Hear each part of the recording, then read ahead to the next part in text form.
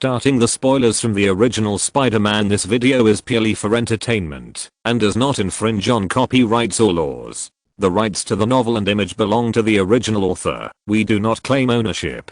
Don't like waiting and want to listen to this fanfic in full now? Subscribe to our Patreon, where you'll find the best fanfics. Chapter 151. Warning. Illegal operation. The two robbers in the back bucket carefully picked up the plutonium-238 and prepared to put it in their own containers. At this time, Parker had already caught up with the truck. Alexei saw that there were a large number of cars blocking the road ahead, so he stepped on the brakes to the bottom, and the two robbers in the car fell to the ground without warning. The police behind the truck had no time to brake and crashed into it one after another. The police cars behind it also couldn't stop, one after another, forming a chain of car accidents. The pursuit scene instantly became extremely tragic. A large number of police cars either overturned or were sandwiched between vehicles. The two robbers behind the truck climbed up and kicked open the car door, holding up their guns and starting to shoot indiscriminately. Under the fire suppression without counting ammunition, a large number of police officers at the scene were suppressed and couldn't raise their heads, but after a few seconds, two Spider Silks took away their guns. Then two more Spider Silks pulled the two out of the car, and then Parker used Spider Silk to entangle their feet and hung them upside down above the police.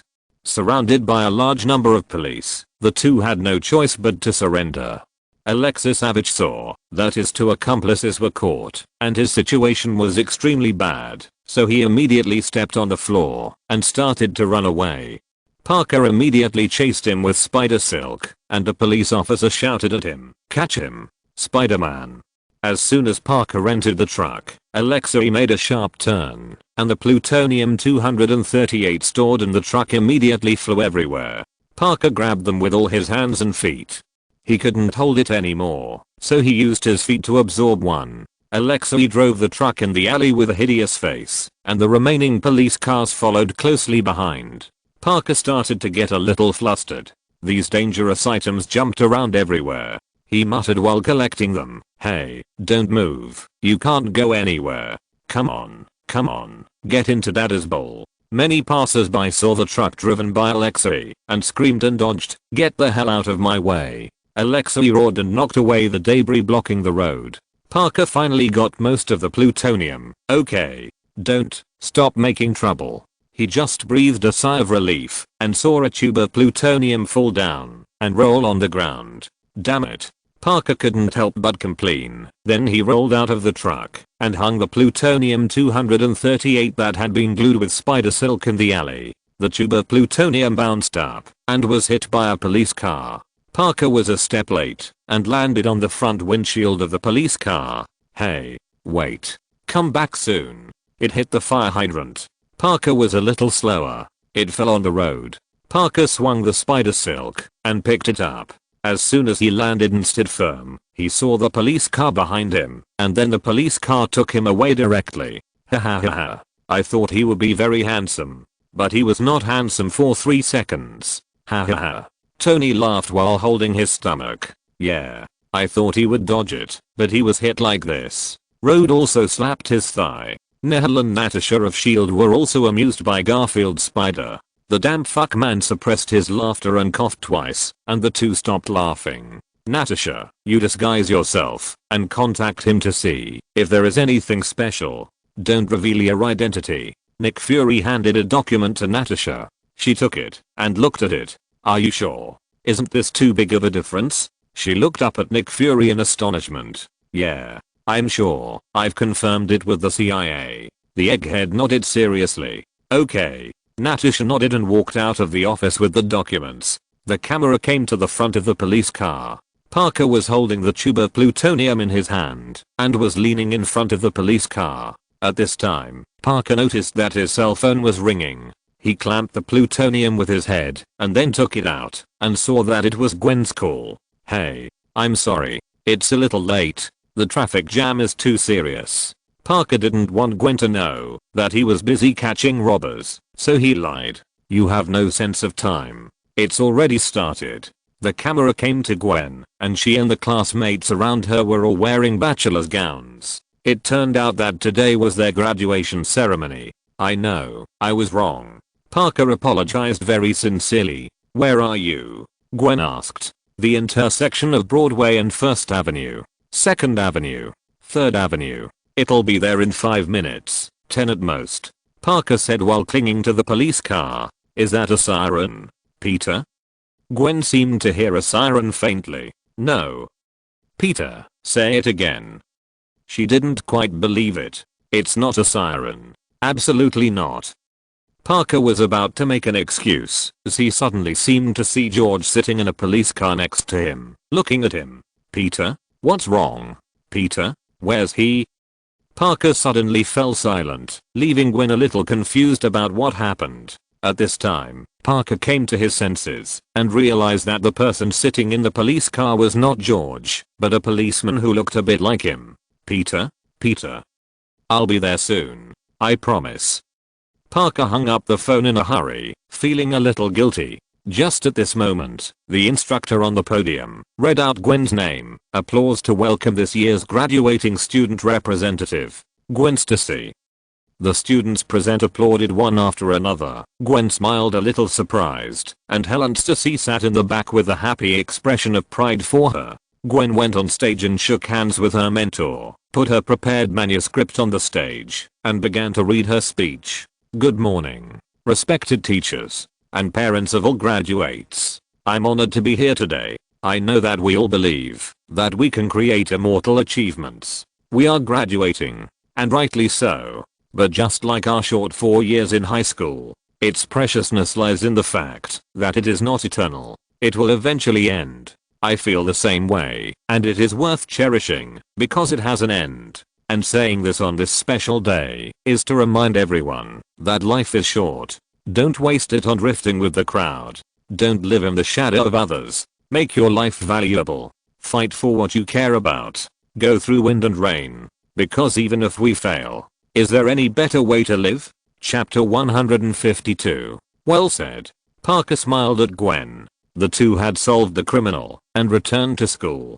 They were preparing for class. It was not long before the graduation ceremony in the sky. Really? Gwen covered her mouth. She liked the feeling of being praised by Parker. The two walked into the classroom hand in hand. In this school, only these two people could be so blatant. Since the incident of students kissing passionately and flesh bullying classmates, the school has become famous all over the world. Then the dean of teaching has been cracking down on this kind of atmosphere for a whole semester. He punished one by one. The students were in danger and no longer dared to fall in love in school. There was almost no bullying of classmates. While Gwen was giving a speech, Alexei was still driving the truck all the way in the city. Parker knew that he could not delay any longer and jumped in front of him. Hello. Parker greeted him again, then glared at Alexei and said, I told you. I'm going to be late. Then he broke his windshield wiper and punched him several times in a row. At this time, he suddenly found a bus passing by, and there was a Chinese grandfather with his granddaughter next to it. Alexei's truck hit the small bus hard. Parker jumped to the other side of the bus at the critical moment and hung the tube of plutonium on the street lamp next to it, and then fell in front of the two of them to hold the bus for them. They and the passengers in the car narrowly escaped the life and death crisis. The passengers cheered for Spider-Man one after another, and the grandfather thanked Parker in Cantonese. Alexei got out of the car in a hurry, and while running away, he did not forget to take away the plutonium that Parker hung on the street lamp. Parker caught up with him swinging on the spider silk. Alexei roared and fired wildly at Parker in the air with his rifle, but Parker avoided all the bullets with his super spider sense. He landed in front of Alexei. I'll take the gun. This is not yours. First he took the rifle from his hand, and then took away the plutonium. Alexei waved his fist and hit him. Parker whistled and bound his hands with spider silk, one on the left and one on the right. He threw the things in his hands into the sky and then used spider silk to take off his outer pants, revealing the shorts inside, and then caught the plutonium. Alexei struggled frantically, but he couldn't get free. He looked at Parker with wide eyes and yelled, "This is not over. Stinky spider." Parker ignored his impotent rage and gestured with his back to him. Alexei wanted to say something, but a rifle fell from the sky and hit him on the head, knocking him unconscious immediately. Wow. Awesome. Toby Spider looked at Garfield Spider's movements and said with admiration. Even though he had been asking Gwen to help him practice recently, he still couldn't achieve the spider sense as sensitive as Garfield Spider. It seems that you all have your own strengths. The first generation Gwen smiled as she sat next to him. The first generation Uncle Ben said, don't care so much, Peter. God gave you something, and he will take something away. Your physical fitness is much better than his. It's normal for your spider sense to be weak. People can't have everything.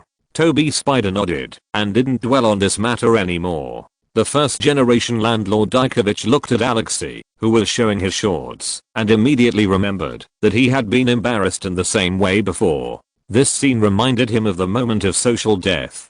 George saw the commotion caused by Alexei and his accomplices with his own eyes. It was no joke to have such strong firepower in hand. He hadn't found the person yet, but he believed that they couldn't hide for long. In the school, the graduation ceremony was still going on. Aunt May was clapping in the crowd. She looked around, but couldn't see Parker's figure. A familiar old man wearing sunglasses could be seen sitting there in the crowd. He turned his head and saw a person swinging on a spider web. Parker hurriedly changed into his bachelor suit. At this time, his name happened to be called on the stage. Parker just ran 2 steps and found that he had forgotten to take off his hood. The old man saw Parker wearing a spider hood and immediately said to the person next to him, "Hey, I think I know that guy." But no one paid attention to him. The instructor read it twice, but Parker was nowhere to be seen. When he read it for the 3rd time, Parker ran over from the side, took the diploma, and shook hands with the teacher. "Sorry." Parker apologized, then hugged Gwen and kissed her directly. Such a bold move by the two of them directly caused cheers from the students present. Aunt May also looked at Parker. Parker never told her when he had a girlfriend. Parker kissed Gwen, clapped his hands with the instructor beside him, and walked off the stage. Gwen covered her face a little embarrassedly and then buried her head in her arms, because at this time, her classmates all turned their heads to look at them. The teacher on the podium also looked at Parker with a smile on his face, and Parker couldn't help but curl his lips, which was really a bit hard to suppress. "Wow. You are very good at picking up girls, Peter." Harry had just finished his work at the company and took time to look at the sky and saw Parker's bold love. Romantic youth love. It's so beautiful. Every time Otto saw this scene, he couldn't help but think of the story with Rose in the past. His research on nuclear fusion experiments has become more and more perfect. If they don't get together, who will? Rose said with a smile. In her opinion, whether it was here or with Garfield Spider, Gwen was very suitable for Peter Parker. After the certificate was issued, Aunt May was taking a photo of him with a camera, and Parker ran over and hugged Aunt May. "Peter, my god. I almost planned to steal a bachelor's degree gown and go up to get the certificate myself." Aunt May complained to Parker after hugging him. Parker didn't care and said with a playful smile, "If that's the case, I would like to see it. That would be great. This is for you." Parker handed the certificate to Aunt May. "I'm so proud of you.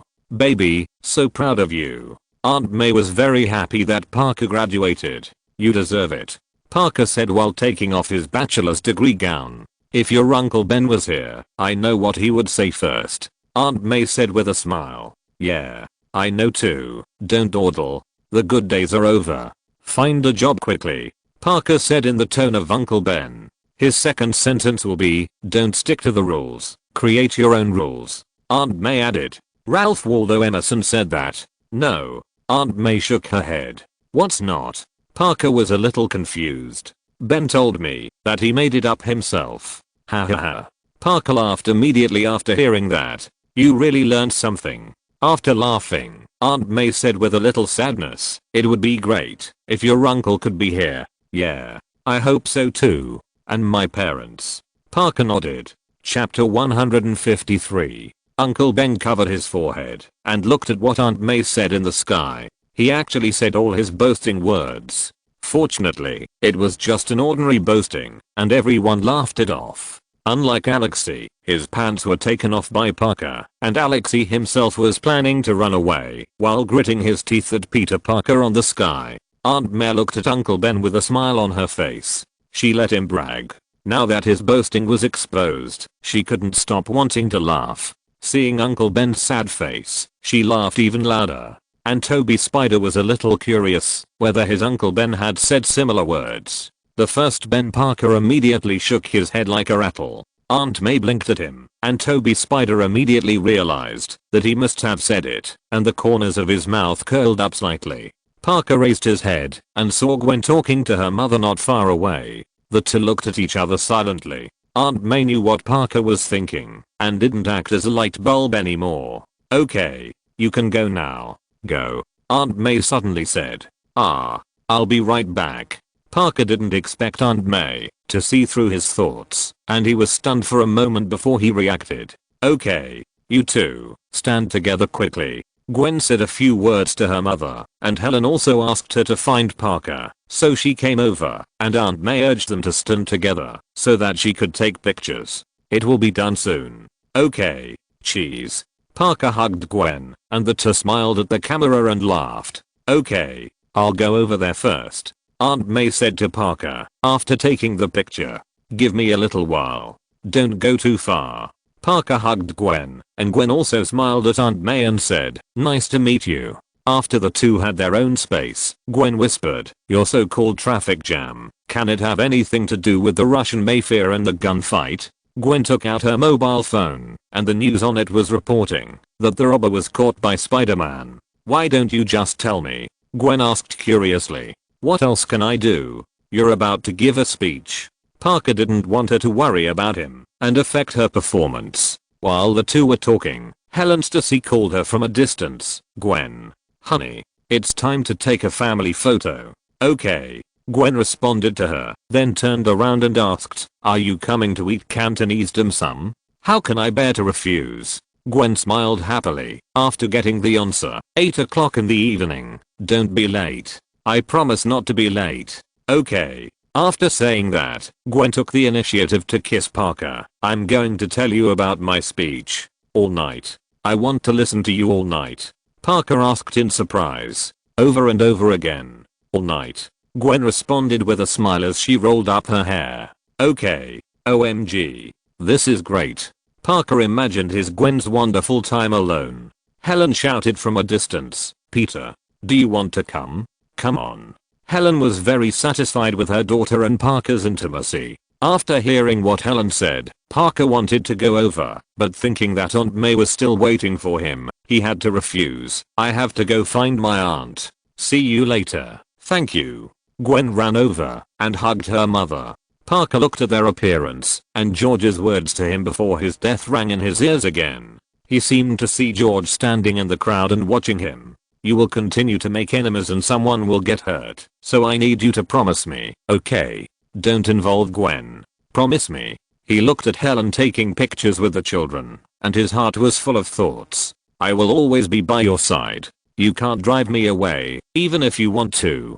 Gwen put her hand on Parker's hand and said to him, "Well, I won't leave you, Gwen. For life." Parker stroked her warm palm, interlocking their fingers. Whenever Parker was confused, she would always encourage Parker, and no matter what time, she would stand firmly on Parker's side. Helen looked at the intimacy between her daughter and her future son-in-law, and smiled gently. She felt that Parker was very good from the first meeting, not only in the sky, but also in reality. She was very satisfied. George sighed. He didn't know whether the idea of the self in the sky was good or bad. Would letting Parker leave Gwen really make Gwen safe? He didn't know the answer. Fortunately, in reality, not only did he not die, but Gwen also became Ghost Spider-Man. People in the world said that the two of them were born together. Yes, this may be what Cheyenne Moo wants to see, so he specially gave Parker a gift. Ordinary Gwen may die, but Spider-Gwen will not. At night, Gwen was chatting happily with her family. Parker came to the door with a sad expression. After taking a look, he walked out again. Gwen saw that Parker was outside and did not come in, so she said to Helen, "Peter is outside. I will go to see if he is okay." "What are you doing?" What's wrong? Peter. What's wrong?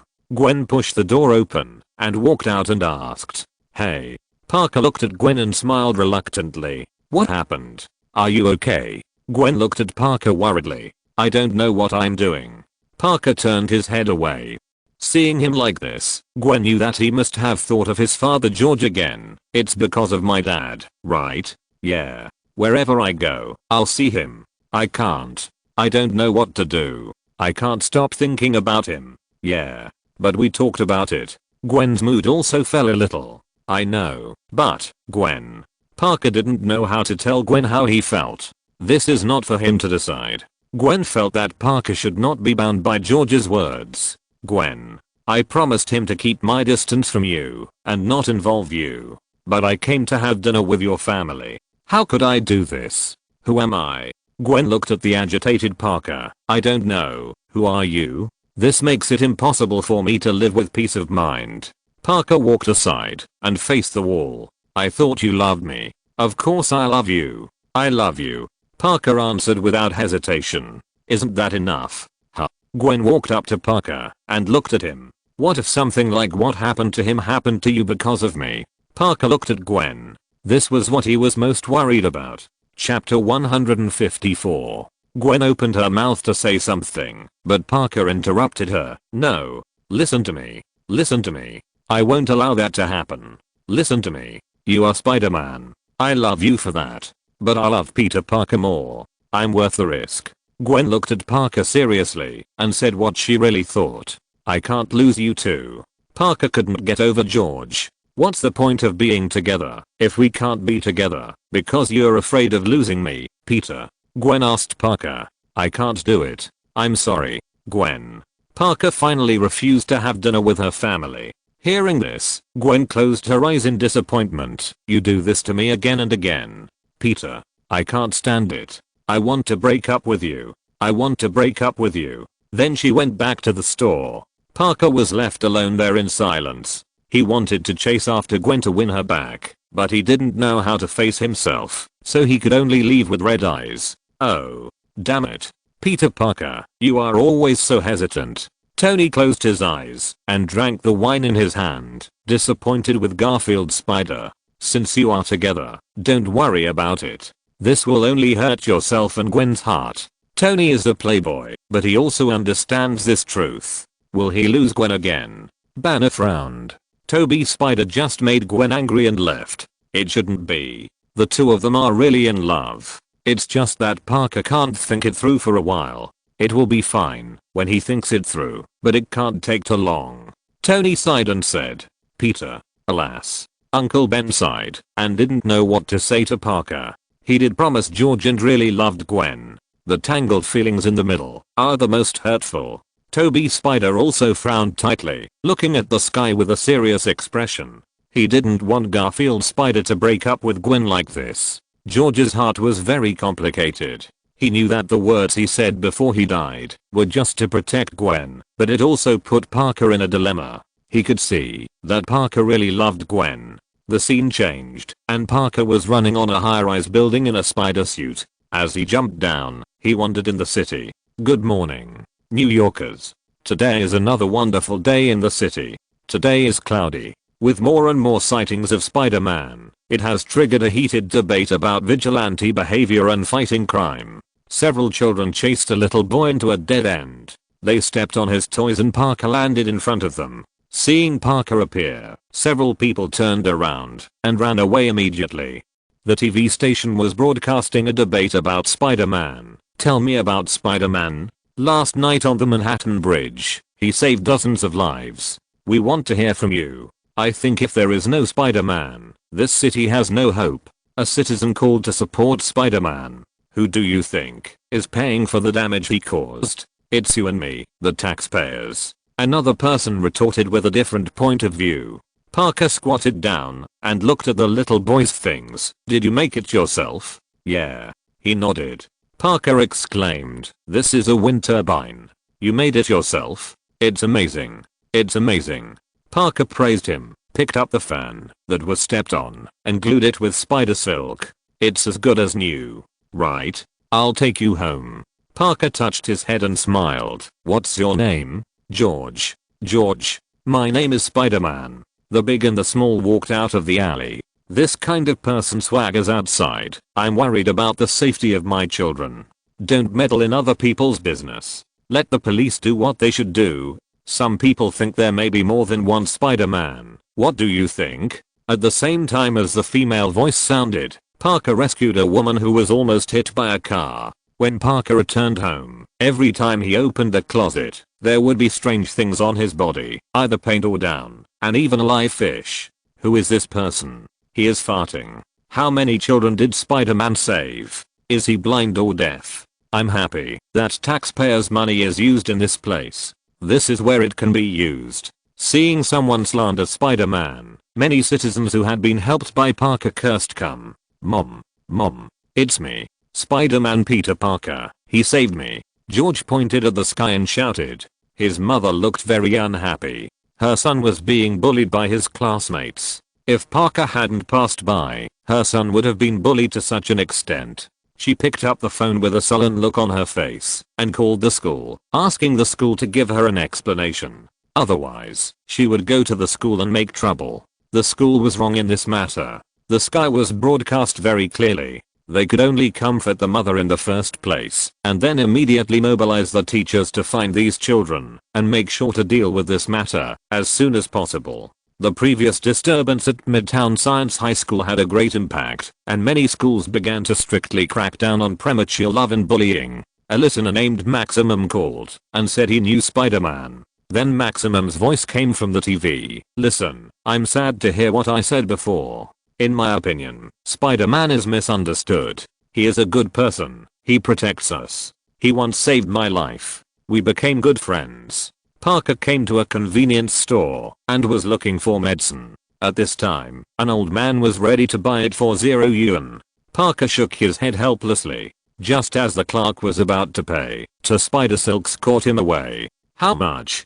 Parker walked to the front desk with a bunch of medicines. "Hey, you are the Spider-Man." The clerk looked at Parker excitedly. "My name is Spider-Man." Parker's voice was a little hoarse because of a cold, and the clerk couldn't hear it clearly. At this time, Parker suddenly sneezed and said, "I'm Spider-Man." This Spider-Man is neither a policeman nor a firefighter. What right does he have to interfere in other people's affairs? A bundle of newspapers was reporting Spider-Man's deeds and gave him a name, the Amazing Spider-Man. After Parker left, the clerk looked at the robber tied to the wall and laughed, and even made Parker's classic gesture to imitate him shooting spider silk. Chapter 155. Will Spider-Man catch a cold? Isn't his physique very good? Tony asked puzzledly. He turned to look at Banner. "Will you catch a cold?" "Me?" Banner looked at Tony in confusion. What does this have to do with him? Then he thought of Hulk and felt that it made sense. Then he thought about it carefully and said, "I don't think I have ever been sick." Tony felt that it was very wise for him to ask Jarvis to add a heater to the plan. If he could warm up in time, how could Peter Parker catch a cold? The first generation Gwen was also very curious about whether Toby Spider had ever been sick. Toby Spider shook his head. Not to mention being sick, he could recover at a very fast speed, even if he was injured. Gwen said, "Don't wear a hood when you catch a cold in the future. It's too dirty." Parker scratched the back of his head awkwardly. He didn't expect that he would catch a cold. On the street, Gwen was walking on the street. Parker squatted on the rooftop and looked at her silently. At this time, he suddenly turned his head and saw a house on the other side was on fire. He looked back at Gwen again, and Gwen seemed to have stopped walking, as if she had sensed something. Parker jumped down in the direction of the fire, while Gwen looked up in the direction where Parker had just been, but saw nothing. At home, Aunt May knocked on Parker's door. "Peter? Honey, can I come in?" At this time, Parker, who had just put out the fire and was still wearing a battle suit with a dark face, climbed out of the bed and shouted, "No, Peter. There is a final interview at 9 o'clock. You also promised me to help me send my car for inspection, because it keeps stalling. Did you forget?" Aunt May said outside the door, and Parker wanted to take off his battle suit inside. "Wait a moment, Aunt. I'll open the door right away, right away." Parker took off his battle suit in a panic. but the more anxious he was, the slower he was, and he couldn't take it off for a long time. "Peter, can you open the door for me? You told me I had an interview at 9 o'clock, and you said you would send my car for inspection." Aunt May was very surprised that Parker didn't open the door for a long time, so she kept knocking on the door. Parker finally took off one of his shoes, but accidentally hit the door lock switch, and the door lock began to unlock, so he immediately fell on the bed and covered himself tightly with the quilt, trying to stop Aunt May from coming in. "No, don't come in, I'm not wearing any clothes." Then he caught a glimpse of the shoes on the controller and immediately shot spider silk to collect it into the quilt. "What are you doing, Peter?" Aunt May pushed the door open while nagging. "Are you okay?" She looked at Parker, who was wrapped tightly with her eyes wide open, and asked, "Yeah, it's fine. I'm just not wearing any clothes," Parker said, shrinking his whole body in the quilt. Aunt May saw Parker's dirty face and asked in confusion, "What's wrong with your face? It's so dirty." "Dirty?" Parker didn't look in the mirror and didn't know that his face was already pitch black. "Yes," Aunt May said affirmatively. "Oh, yeah, I cleaned the chimney before." Parker made a lie full of loopholes. "We don't have a chimney." Aunt May didn't know what Parker was doing. "You're going to be late. Come downstairs. Now." "I know. Can you go out? I haven't put on my clothes yet." Parker urged Aunt May to leave. "Okay, I'll go out." Aunt May glanced at the swaying chandelier on the ceiling, walked out and closed the door. "Good morning. I love you. I love you too. Hurry up." After Aunt May left, Parker turned over and got out of bed. He accidentally saw Richard Parker's briefcase again, reached out and picked it up, and remembered his childhood. How happy the three of them were at that time. Now he can only miss him with his relics. He suddenly didn't want to see the bag anymore, so he threw it into the cabinet and closed the cabinet door with spider silk. What a lame lie. "Peter. Ha ha ha." Helen smiled, a child who couldn't even lie. "Yeah, he has always found out." George agreed with Helen while reading today's newspaper. "Brother Peter is so embarrassing." His youngest son laughed. "Hey, you are not allowed to say that about your brother Peter." George put down the newspaper and glanced at his youngest son. "Okay." Facing the majestic father, he immediately said what he wanted to say. "Peter, are you okay?" Uncle Ben looked at Parker with a little worry. He knew that Parker could never let go of his parents' death. He wanted to know who was behind it. Legitrator was dead, and the co-pilot's family was also dead. George checked the information for him. Not long after the co-pilot died, his family also had a car accident, and there was no useful clue.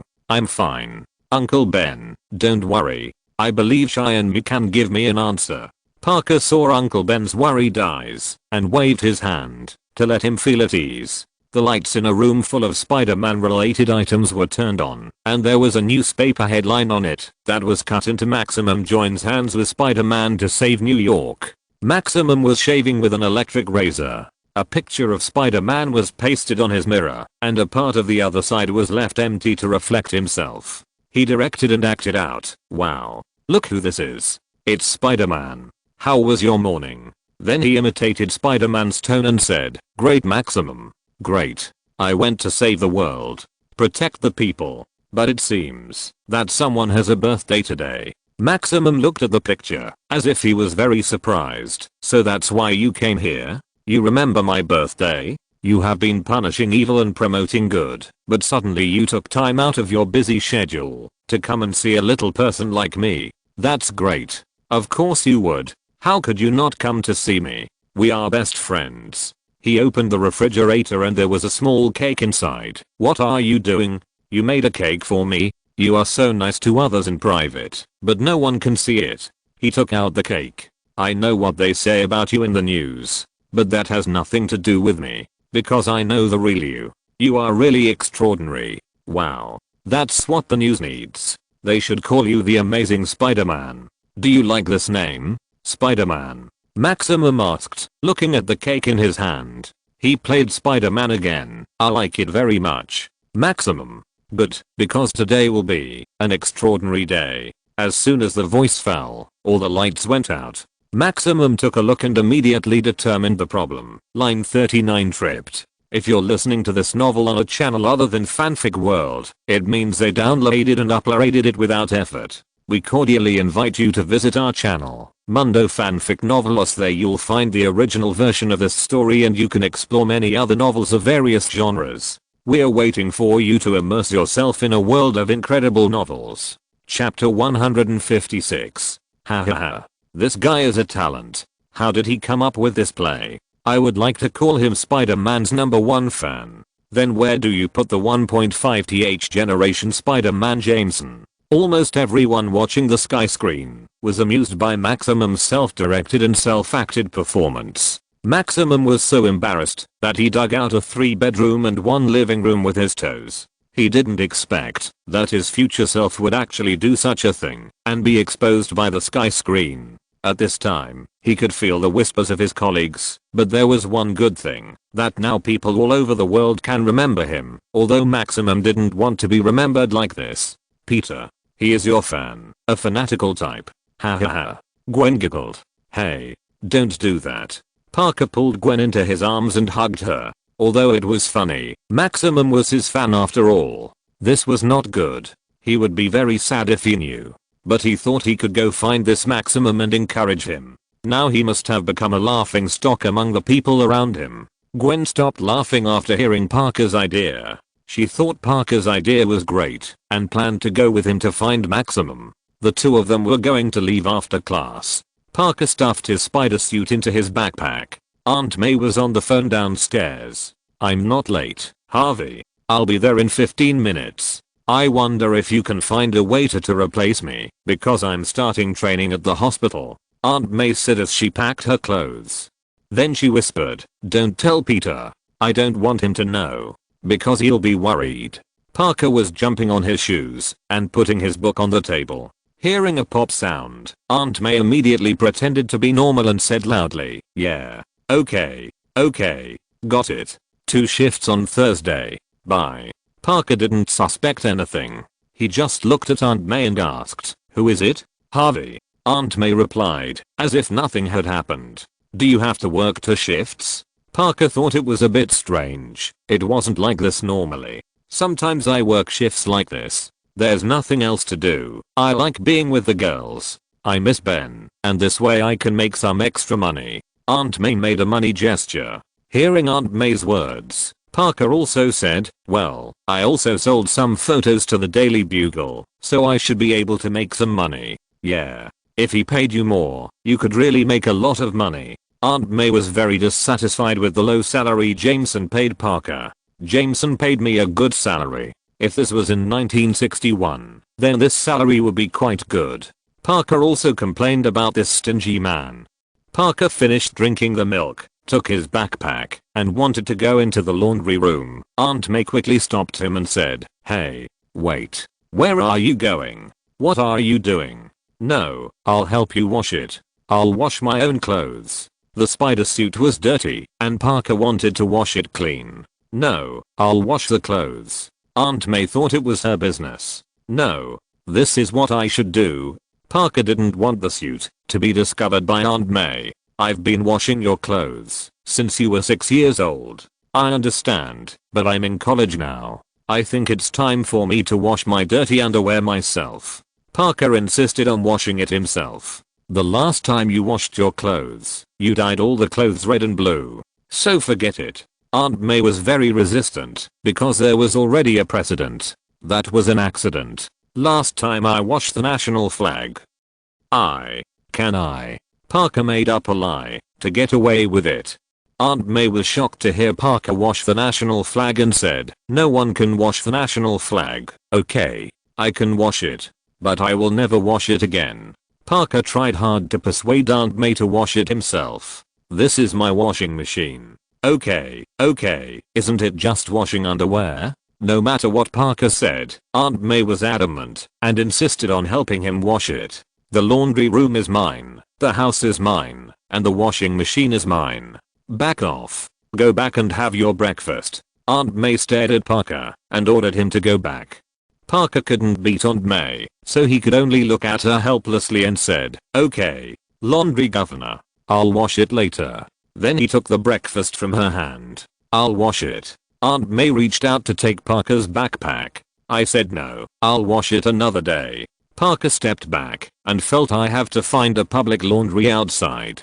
Ha ha ha. It seems that, no matter which universe, this old guy is a stingy person. Tony laughed. The stingy first generation universe of Spider-Man 1.5 has been fully reflected. I didn't expect the second generation to be so outrageous. Yes. The salary in 1961. What kind of black-hearted capitalist is this? Rod glanced at Tony. Hey. Why are you looking at me? I'm not black-hearted. Tony stared at Rod with great dissatisfaction, feeling that he was slandering him out of thin air. He was very generous in paying wages, okay. But does the spider suit fade? No wonder the first generation Peter Parker had to go outside to wash clothes before, and he seemed to have faded at that time, right? Tony thought about it, and it was really funny. The clothes of superheroes actually faded. Is it so down to earth? Ah. Jameson frowned. He didn't expect that after so long, he would be on Sky Curtain again. Although it was only a few words, his stingy nature was fully demonstrated. Even Peter Parker, who was always a good guy, complained about it. It is conceivable how much money he gave in that universe. Miss Brunt and Robbie covered their mouths and laughed secretly. Every time the boss made a fool of himself, they were the ones who laughed the happiest. It is worth mentioning that Brunt relied on the spread of Sky Curtain. Some people paid a lot of money to ask her to take many model photos, which can be regarded as financial freedom. But she has become accustomed to working in the Daily Bugle, and the boss Jameson dare not yell at her as before. Now she is the cash cow of the Daily Bugle. I don't know how many people bought the newspaper of the Daily Bugle for her, and the letters she said were sold at a very high price. The 1.5th generation Spider-Man was like this, not to mention the second generation Jameson, who became famous in an instant and became popular all over the world, becoming the synonym of the new generation of stingy people. Ha ha ha, a faded spider suit. With the one I gave you, you don't have to worry about fading. The first generation Harry smiled and hugged Toby Spider's neck, and Toby Spider lowered his head a little embarrassedly. The first generation Gwen smiled and watched the two people fighting. Now that Harry has strengthened himself, Toby Spider sometimes competes with him, but Toby Spider basically wins. Even if the two join forces, they are not his opponents. It's just that Toby Spider basically doesn't hit Gwen, but only stares at Harry and beats him. Chapter 157. Maximum walked in the crowd and entered the Osborn building, muttering to himself as he walked, "It's too late. Come on. Come on. Come on." Then he accidentally bumped into someone. Inside Osborn Industries, AI is playing a video. Osborn Industries. Today we are honored to announce the official launch of the world's first electromagnetic power grid. We replace old power stations with hydroelectric towers. We produce clean, environmentally friendly, and sustainable energy to supply Manhattan and the 5 boroughs of New York, and expand to the world in the future. Maximum hurriedly pressed his fingerprint test and walked into the company. As soon as he came in, his boss walked behind him and said, "Dylan, you're late." Maximum immediately apologized. "The damn subway is too slow, sir. Don't you realize that Osborn Group is now responsible for the city's energy supply?" Smith walked past him and asked unhappily, "I submitted a lot of power grid design drawings. They used a lot of them, I noticed. Those power grids were all designed by me." Maximum was a little indignant. Hearing Maximum's words, Smith turned around and looked at him. "You designed it? Of course it was you. I'm Spider-Man." It was obvious that he didn't believe a word Maximum said, and he even teased him. Hearing his words, Maximum immediately dropped the bag in his hand and rushed to grab his collar, saying to him viciously, "You are not Spider-Man. He is a Leo, and you are a Sagittarius. If you dare to slander him again, I will chop off your shiny head." The scene changed. It turned out that it was all Maximum's imagination just now. Although he wanted to do this, he didn't dare, because it would make him lose his job. "Okay, go to work." Smith didn't know what Maximum was thinking. He ordered him and turned away. "Wow. Maximum, so you think like this? Humph, forget it. I'll spare you this time." Smith squinted his eyes and looked at him twice and said, Maximum was a little nervous and didn't know what to say, so he could only nod his head. Smith wanted to make things difficult for him, but he was not such a brainless person. Maximum said in the sky that he designed the power grid. Whether it was true or not, he had to check it first. And as a fanatical fan, would Spider-Man stand up for him? If there were no worries, it would not be too late to make things difficult for him. There was no need to take risks to do such things. He was an adult and would not act recklessly like a child. Maximum, you are very capable. Parker looked at the way Maximum defended him in the sky. Although it was imagined, it also showed that he really wanted to do it at that moment, but he didn't dare to do it because of life. Very powerful. Look, if he didn't lie. Gwen searched for relevant information about the electromagnetic power grid of Osborn Industries on her mobile phone and handed it to Parker. Yeah. Parker looked carefully and nodded in agreement. Which floor are you going to? The AI asked Maximum in the elevator. The 74th floor. Thank you. The elevator door slowly closed and a voice suddenly came from outside. Oh, wait. Can you hold the door? Maximum immediately stepped forward and held the elevator door with one hand. I held it. Thank you. You are such a gentleman. Most people won't hold the door for others. Gwen ran in from the door and thanked Maximum. Maximum shook his finger and made way for Gwen and heard her say, most people don't notice others. At this time, the AI asked Gwen which floor she wanted to go to. 63rd floor. Gwen was a little out of breath because of the intense running, and Maximum said politely, I'll do it. Which floor? After Gwen answered, Maximum responded on her behalf, please go to the 63rd floor. Thank you very much. Gwen smiled at him. It was the first time that Maximum was alone in a closed space with such a beautiful girl. He stroked his hair a little nervously. I'm Maximum Dillon. Hearing his words, Gwen turned her head and smiled. I'm Gwen. Nice to meet you. Then Gwen noticed the flyer in Maximum's hand and asked, is it your birthday today? Maximum was stunned for a moment and then reacted and said, oh, yeah. My friends made this flyer. I'm holding a birthday party in a large nightclub. I invited many socialites. I really want to invite you, but it's full. Oh, I understand. Thank you anyway. Gwen could see that Maximum was not the type to host such a large birthday party, but she did not expose him, but echoed him. At this time, the elevator was playing a video of Spider-Man saving people. Maximum saw Spider-Man and could not help but said happily, this must be cool, right? Let the whole world pay attention to you like this. You know, Spider-Man once saved me. There were so many people in the whole city, but he saved me. He said he needed me. Listening to Maximum's admiration for Parker, Gwen forced a smile and said, it must feel good. She was also saved by Spider-Man before, and Maximum's words reminded her of what happened at that time. Unfortunately, they had broken up. At this time, the elevator just reached the 63rd floor. Seeing this, Gwen said goodbye to him. Oh, nice to meet you, Maximum. Then he walked out. At this time, Maximum came back to his senses and looked at Gwen in surprise. Wait, she remembered my name. He was about to catch up, but the elevator door closed. Big birthday party, huh? Maximum, when is your birthday? His colleagues laughed. Maximum was a little embarrassed, especially when he said this in front of Gwen. Just when he felt that he was socially dead, a voice rang out. Sounds good, huh? Birthday party. When is it? Maximum Dillon. We must go. Maximum turned his head and saw Parker standing there with Gwen, and Harry was beside him. Parker had said that Harry played with the things Norman had given him before he died, and nodded. He also wanted to see it. Maximum looked at the three of them in disbelief. His colleagues shut their mouths and dared not say a word. Harry glanced at Maximum's boss Smith, who was standing beside him. He didn't say anything, but he felt like he was falling into an ice cave. He could only pray that Maximum didn't care about his usual attitude towards him. Otherwise Maximum would talk to Harry through Parker's identity, and he might have to pack up and leave soon. Chapter 158. The scene changes. A car slowly drives up to the door of Norman Osborn's house. Harry and Macon are sitting in the car. Macon says to Harry, welcome home.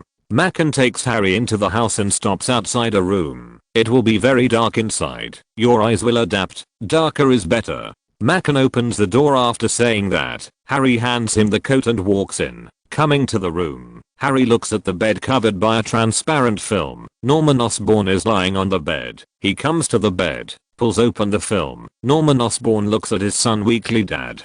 Harry slowly sits down by the bed and calls him. Norman said with his dying breath, I didn't expect that I would die like this. Looking at my son is like looking at a stranger. You have great potential, Harry. Extremely intelligent.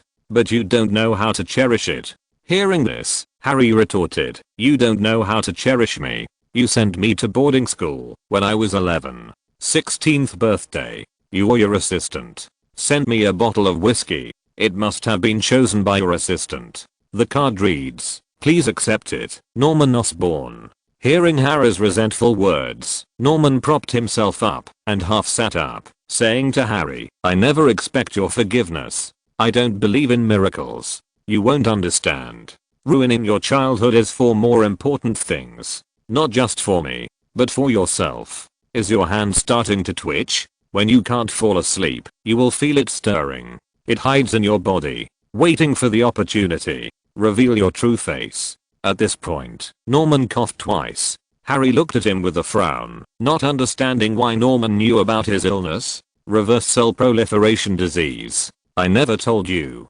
It's a genetic disease. Our genetic disease. It's the curse of the Osborn family. It starts at your age. Let me see. Hold out your hand. Harry stretched out his trembling hand, and Norman grasped it with both hands. Feeling that he put something in his hand, Harry stood up. The biggest legacy I leave you. Not money, but this. The fruit of my hard work. Everything I did to save my life. Maybe you can complete my unfinished business. Norman looked at Harry deeply and said earnestly that he hoped Harry could get rid of this curse. Harry looked at the small piece of land in his hand and held it tightly. McKen squinted at the thing in Harry's hand. It was the most important thing of Norman Osborn. It turned out that in Harry's hand, he didn't know that what Harry was playing with was the greatest treasure of Osborn Industries. He felt that he needed to find a way to get it, but unfortunately Harry hadn't returned during the spider experiment, and he didn't have the authority. Otherwise he could put the blame on Harry, but don't worry, he will always find a chance to kick Harry out of Osborn Industries. Harry. Parker shouted in surprise, turned his head to look at Harry. His face was a little ugly, and seeing Parker's worried eyes, he pulled an ugly smile at the corner of his mouth. Why didn't you tell me?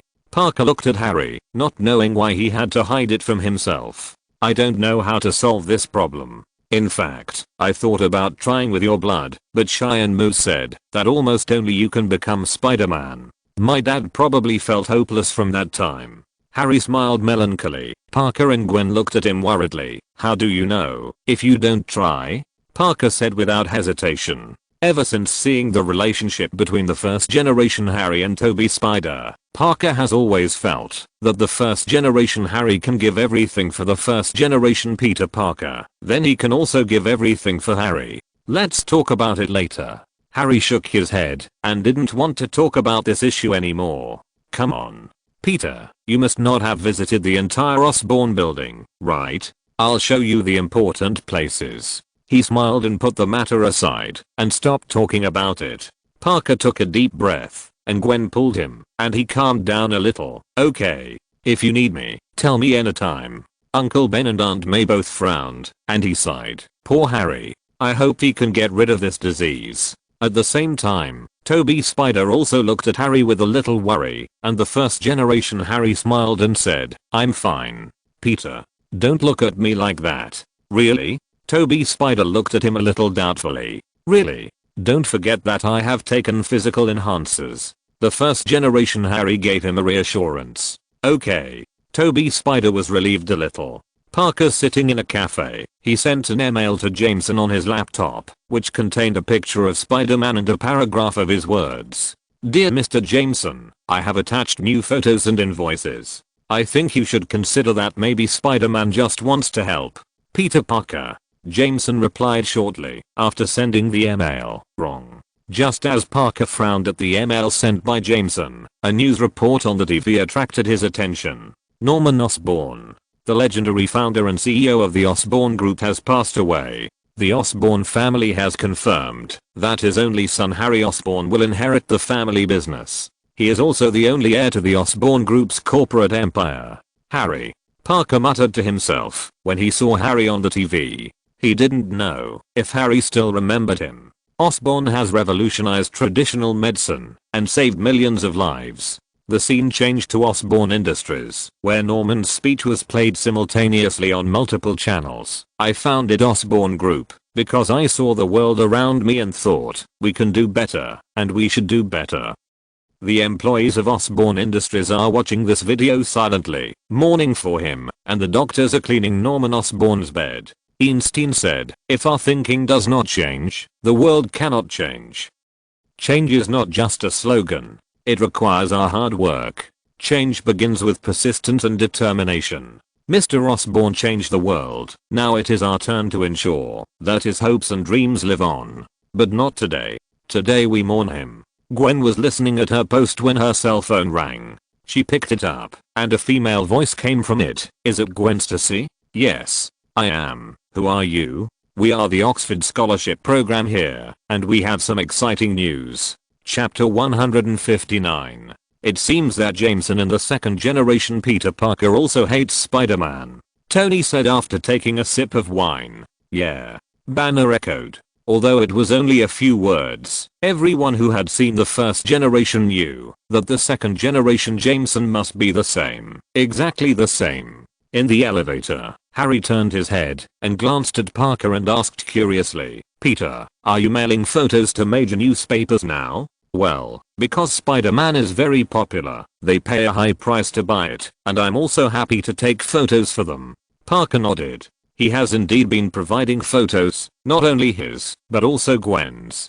But it's not for money, but he simply likes to do this. After all, Peter Parker now doesn't need to worry about money anymore. The copyright fee is enough for him to live until the next life. At the end of the get-off workday, Maximum was about to leave work, and his boss Smith came over and patted him on the shoulder. Wow.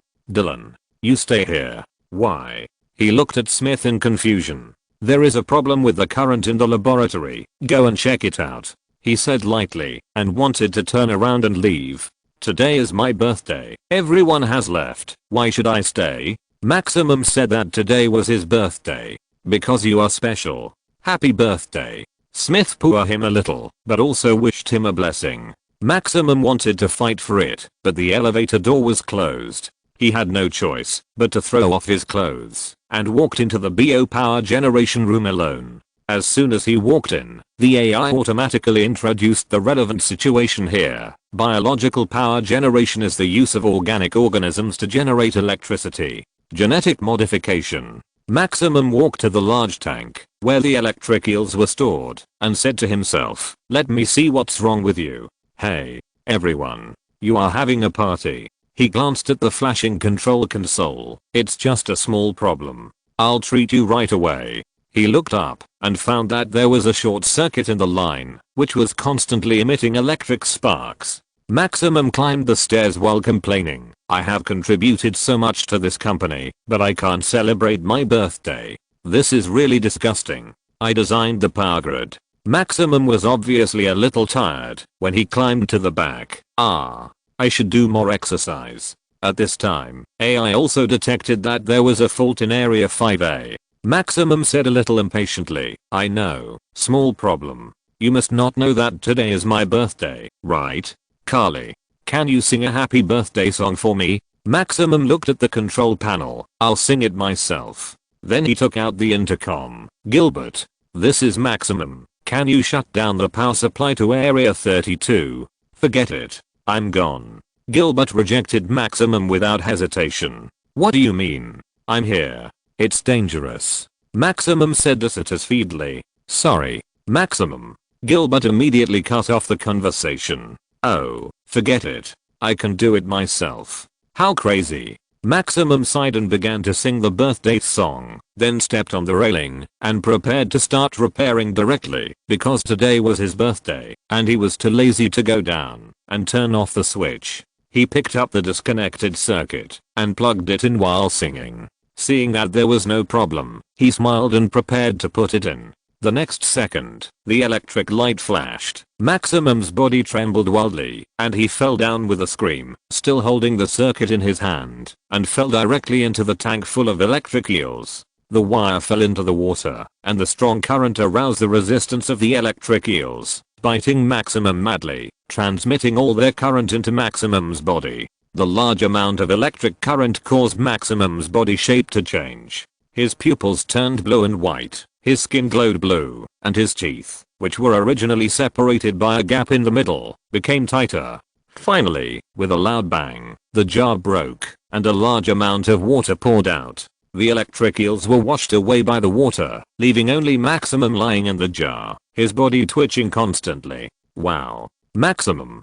Parker looked at this scene in amazement. Gwen also had a horrified expression on her face. They had just chatted, and Maximum's birthday was still a few days away, but she didn't expect his birthday to become his Memorial Day. Smith. Gilbert. Harry's face was extremely ugly. His company actually had such a problem of employees not paying attention to safety. As a newly appointed, the CEO is to blame. And Maximum, he wanted to fire him, but considering that he was a fanatical fan of Parker, and it was his birthday that day, he was called to work overtime by his boss after get off work, so he was even more of a victim. So he thought about it, and didn't fire him, but he will be the focus of training next time. Harry immediately took out his mobile phone. Felicia. Arrange someone to organize safety training immediately. I won't allow what happened on the sky to happen. And fire Smith and Gilbert. Yes, sir. I'll go right away. Felicia replied quickly. She could feel Harry's anger. She put down her phone and looked at the sky in horror. If she couldn't make up for it in time this time, Osborne Industries would once again become a laughingstock of the world. Just as she was about to arrange things, her phone rang again, and Harry's suppressed angry voice came from it. Also, I don't want discrimination and poor colleagues in my company. Tony frowned and called Pepper again, asking her to do a good job of security training for Stark Industries. He didn't want such a scandal to happen in his own company. At the same time, the first generation Harry also gave similar instructions. Not only them, but companies all over the world basically strengthened their security training. This was the second time that Osborne Industries had strengthened their security. The last time, Peter Parker easily followed Legislator into the laboratory of Osborne Industries and caused damage. That time, the whole world was in chaos and strengthened security. Parker and Gwen found Maximum, who was terrified. Parker sighed and patted his shoulder and said, "You still have to pay attention to safety." Maximum. Yeah, I will. Maximum nodded in shock, a little dazed that he had actually walked through the gates of hell. At this moment, he was extremely grateful to Cheyenne Moo. If it weren't for Cheyenne Moo, he probably wouldn't have lived to the day after his birthday. Chapter 160. Harry. The Osborne Group has been controversial because of Dr. Connor's trust crisis. McCann looked at Harry and introduced the company's situation. Harry played with the things Norman gave him and said, "You mean the public outrage caused by his desire to turn everyone in New York into a giant lizard?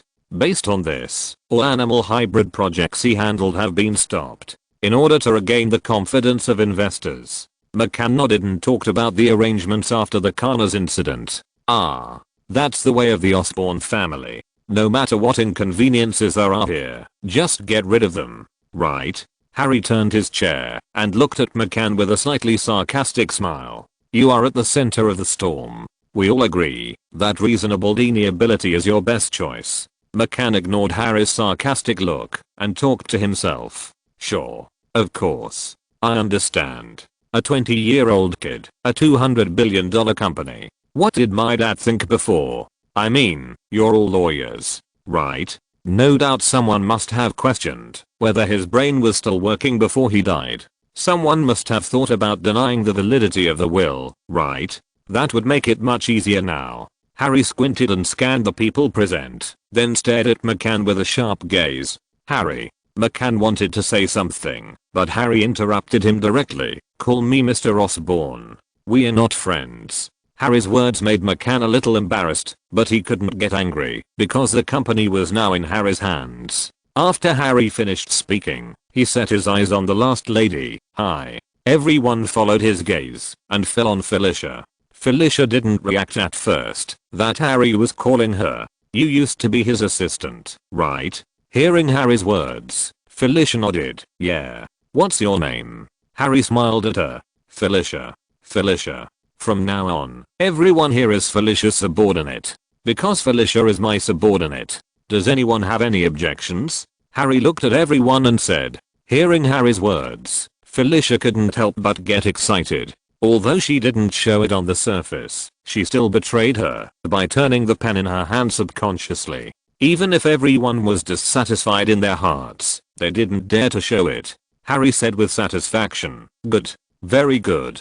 You can all work here longer. At this time, a staff member walked up to Harry and whispered, Sir, someone named Peter Parker wants to see you. Harry nodded slightly. Suddenly hearing Peter Parker's name, Harry was a little distracted. After coming back to his senses, he ordered, Felicia, I want to see every file on this list. Everyone. After that, he stood up and walked out behind the staff. Oh. To be honest, I'm a little nervous. Harry laughed. This was the first time he met Parker in the Sky Dome. Although he always remembered this childhood playmate, he couldn't guarantee what he would do in the Sky Dome. Parker didn't say anything after hearing this, but just put his arm around his shoulders and expressed his attitude with one action. Gwen looked forward to their first meeting in the Sky Dome. I wonder how the relationship between the two brothers compares to the first generation? Toby Spider glanced at Harry and asked, are you nervous? That's another you meeting me again after many years. No. I believe I won't forget you. No matter which universe. We must be good brothers. Harry said firmly. Ha ha ha ha. Toby Spider laughed. He thought so too. Parker was waiting at the door, and Harry walked down the stairs. Peter Parker. It's like seeing a ghost. Hey, Harry. Parker smiled at Harry. Long time no see. 10 years no see. Harry forgot how long he hadn't seen Parker. 8 years. But it's close. Parker corrected Harry's mistake. Are you okay? I saw the news, brother. I heard about your father, so I wanted to come, just to see you, and see how you are. Parker slowly walked upstairs, and looked at him and said, someone is waiting for me. I'm in a meeting. Harry didn't know how to face Parker for a while. He was a little uncomfortable after not seeing him for so long. Parker was a little sad. He thought Harry had forgotten him. I'm sorry, I didn't want to disturb you. I know we haven't seen each other for a long time. I understand the pain you feel right now. You supported me when my parents were away. So I want to support you now. Thank you. Harry's throat twitched slightly. I'm so glad to see you. Harry. I'm so glad to see you. I'm so sorry about your father. Parker kept backing away as he spoke and walked to the door to leave. Harry looked at Parker who was about to leave and chased after him and laughed. Take off your braces. Humph. Now your eyebrows are the ugliest thing on your face. Parker, who was about to push the door when he heard his words, stopped, turned his head, and looked at him, showing a happy smile. Again. This is like you. Ha ha ha. Do you still blow dry your hair every morning? Ah. Yes. A servant held the hairdryer, but I combed my hair myself. Ha ha ha. So at least I'm not completely useless. Parker looked at Harry and laughed happily. He didn't forget himself. Listening to Harry's words, Parker laughed so hard that he bent over. You idiot. Then he ran up the stairs, patted his shoulder, and hugged him. Enviable brotherhood, huh? Tony glanced at Rod, who jumped up and said, hey, you don't want to hug me, do you? Tony rolled his eyes. Please. I'm not gay. Ha ha ha ha ha. The two's words made Banner, who was holding tools in his hands, laugh. It seems that we are overthinking. Uncle Ben was a little worried that Harry came to him because he knew Parker's identity as Spider-Man, but now it seems that this is not the case. Even if Harry didn't know Parker's identity, even if he was just a poor boy on the surface, Harry was the CEO of a company worth hundreds of billions. Their feelings remained unchanged. Yeah. Aunt May nodded. She had come to Peter Parker as soon as Harry came back. But now she thought that Harry's cutlery might have fallen to the ground because of the disease. She didn't know if Harry could solve this problem. Chapter 161. After graduation, I went to Brazil and then Singapore. Harry and Parker walked in the park and Harry told Parker about his experience. Not bad. Parker was a little envious of Harry for going to so many places. Yeah. Harry nodded and then said, then it was Europe. I went to Europe. I saw you. Parker patted Harry's shoulder. Harry was a little confused. You saw me? What do you mean? I saw a photo of you and a French supermodel in a magazine. Do you know what I'm talking about? Parker raised his hands to explain and asked again. Yeah, I know. Ha ha ha. Both of them laughed at the same time. Dude, that model thing really exhausted me. Harry couldn't help complaining. Ha ha ha. I understand too much. Parker couldn't help laughing. What? Do you have a girlfriend? Hearing his words, Harry immediately realized that Parker had a girlfriend, because without a girlfriend, he would not understand these things. Hearing Harry's question, Parker couldn't help but think of the matter with Gwen, turned around and faced him. Good question. How to say it? Then he climbed over the railing. Be careful. Tell me, brother. Harry looked at the river worriedly at first, and then asked curiously. No. Well, yes. I can't say it. It's a bit. Parker sighed. I can't say it. It's a bit complicated. What's a bit complicated? Harry looked at Parker. So, what's her name? Who is she? Her name is Gwen. Gwen Stacy. Your employee. Parker answered Harry's doubts. Gwen Stacy. Really? Works here. Harry was a little surprised that Gwen was his employee. She is working and studying at the Austin Group. Is she a model employee? Ha ha ha ha. Harry and Parker laughed. The two came to the river, bent down and picked up stones. When my father sent me away, I wanted to forget everything about this place. I think that includes you. Harry threw the stone in his hand into the river and started to skip. You don't need to explain anything to me, brother. We have all been abandoned. Parker's mood was a little depressed. Do you know why your parents left you? Harry asked. Parker shook his head slightly. My father left a briefcase. There is only this briefcase full of garbage. Forget it. I don't understand. I won't think about it now. How do you feel now? Harry looked at Parker and asked. Very good. Parker tossed the stone in his hand and then threw it out fiercely, and the stone quickly floated on the water. Brother, that's awesome. Harry exclaimed as he watched the stone hit a very long distance. Wrist kung fu. It's just wrist kung fu, brother. If you practice your wrist, you can do it too.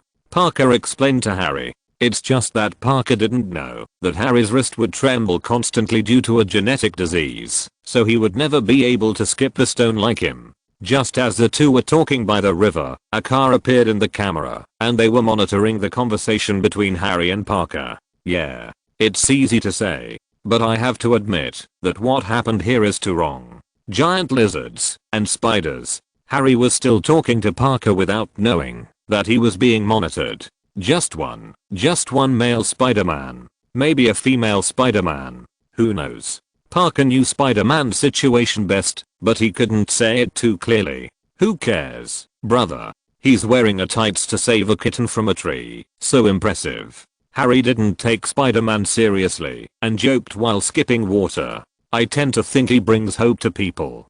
Parker expressed his opinion. What hope? Harry looked at Parker and asked. Maybe everything will be fine in the end. Yeah. I just hope I have time to see what you mean by in the end.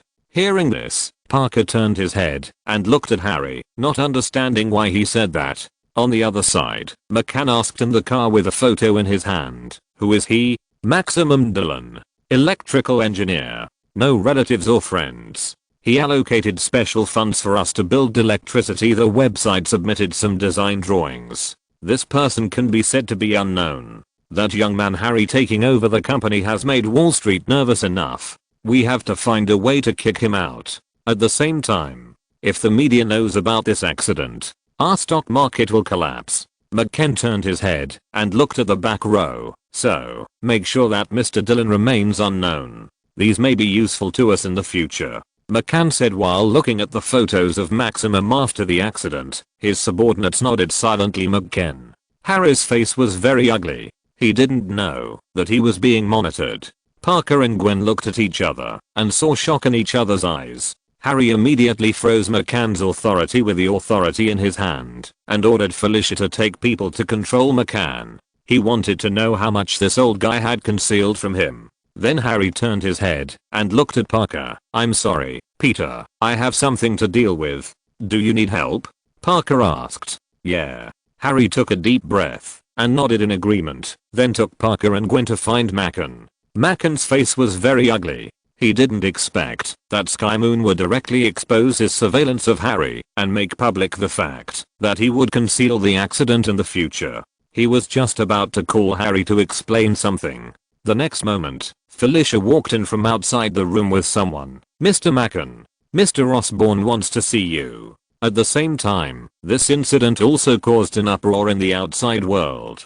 Board member McCann actually wanted to kick Harry Osborn out. This is big news. Major media newspapers began to report this incident. They were all curious about who would win between Harry and McCann. More people were optimistic about Harry because McCann's attempt to conceal the accident in the sky had attracted a lot of attention. The mayor of New York covered his face and sighed. He had sent people to Osborn Industries to investigate some time ago and found out that the spider experiment killed many volunteers. The Osborn group put all the responsibility on Rajtrata. Now that this incident has been exposed again, he feels it is necessary to send another investigation team to investigate and see how many things McCann has concealed over the years. Chapter 162. In the morgue, Maximum was covered with a white cloth. Suddenly, the light flickered, and then white smoke came out of the white cloth on Maximum's body. The next second, Maximum twitched and tore off the white cloth and fell to the ground. At the same time, the light bulbs in the room exploded one after another. Maximum retreated to the wall in panic, looking at his hand in horror. The crystal clear blood vessels were clearly visible. As he stretched out his hand, the electric saw next to him started automatically and fell towards him. Maximum subconsciously blocked it with his hand. The small electric saw was immediately controlled by him in the air, and the electricity in the battery was sucked into his body. The blue light in Maximum's pupils became brighter, and he staggered out. He was still wearing his original shoes, but they broke into pieces as he walked. The large amount of debris that was originally attached to his body also fell off. He took a set of clothes from the basket and put them on, then staggered out of the morgue. Maximum, Parker and Gwen were accompanying Harry to deal with McCann's affairs. Unexpectedly, Maximum came back to life and became very different. Maximum himself looked at himself in the sky in horror. That was definitely not the appearance of a normal person, and he should have been electrocuted to death, but he came back to life. Harry decided to fire McCann. He had enough authority to do this. Now that he had such a big scandal, facing the pressure of public opinion, the members of the board of directors were unwilling to have too much entanglement with him and all distanced themselves from him. McCann was unable to resist Harry's dismissal.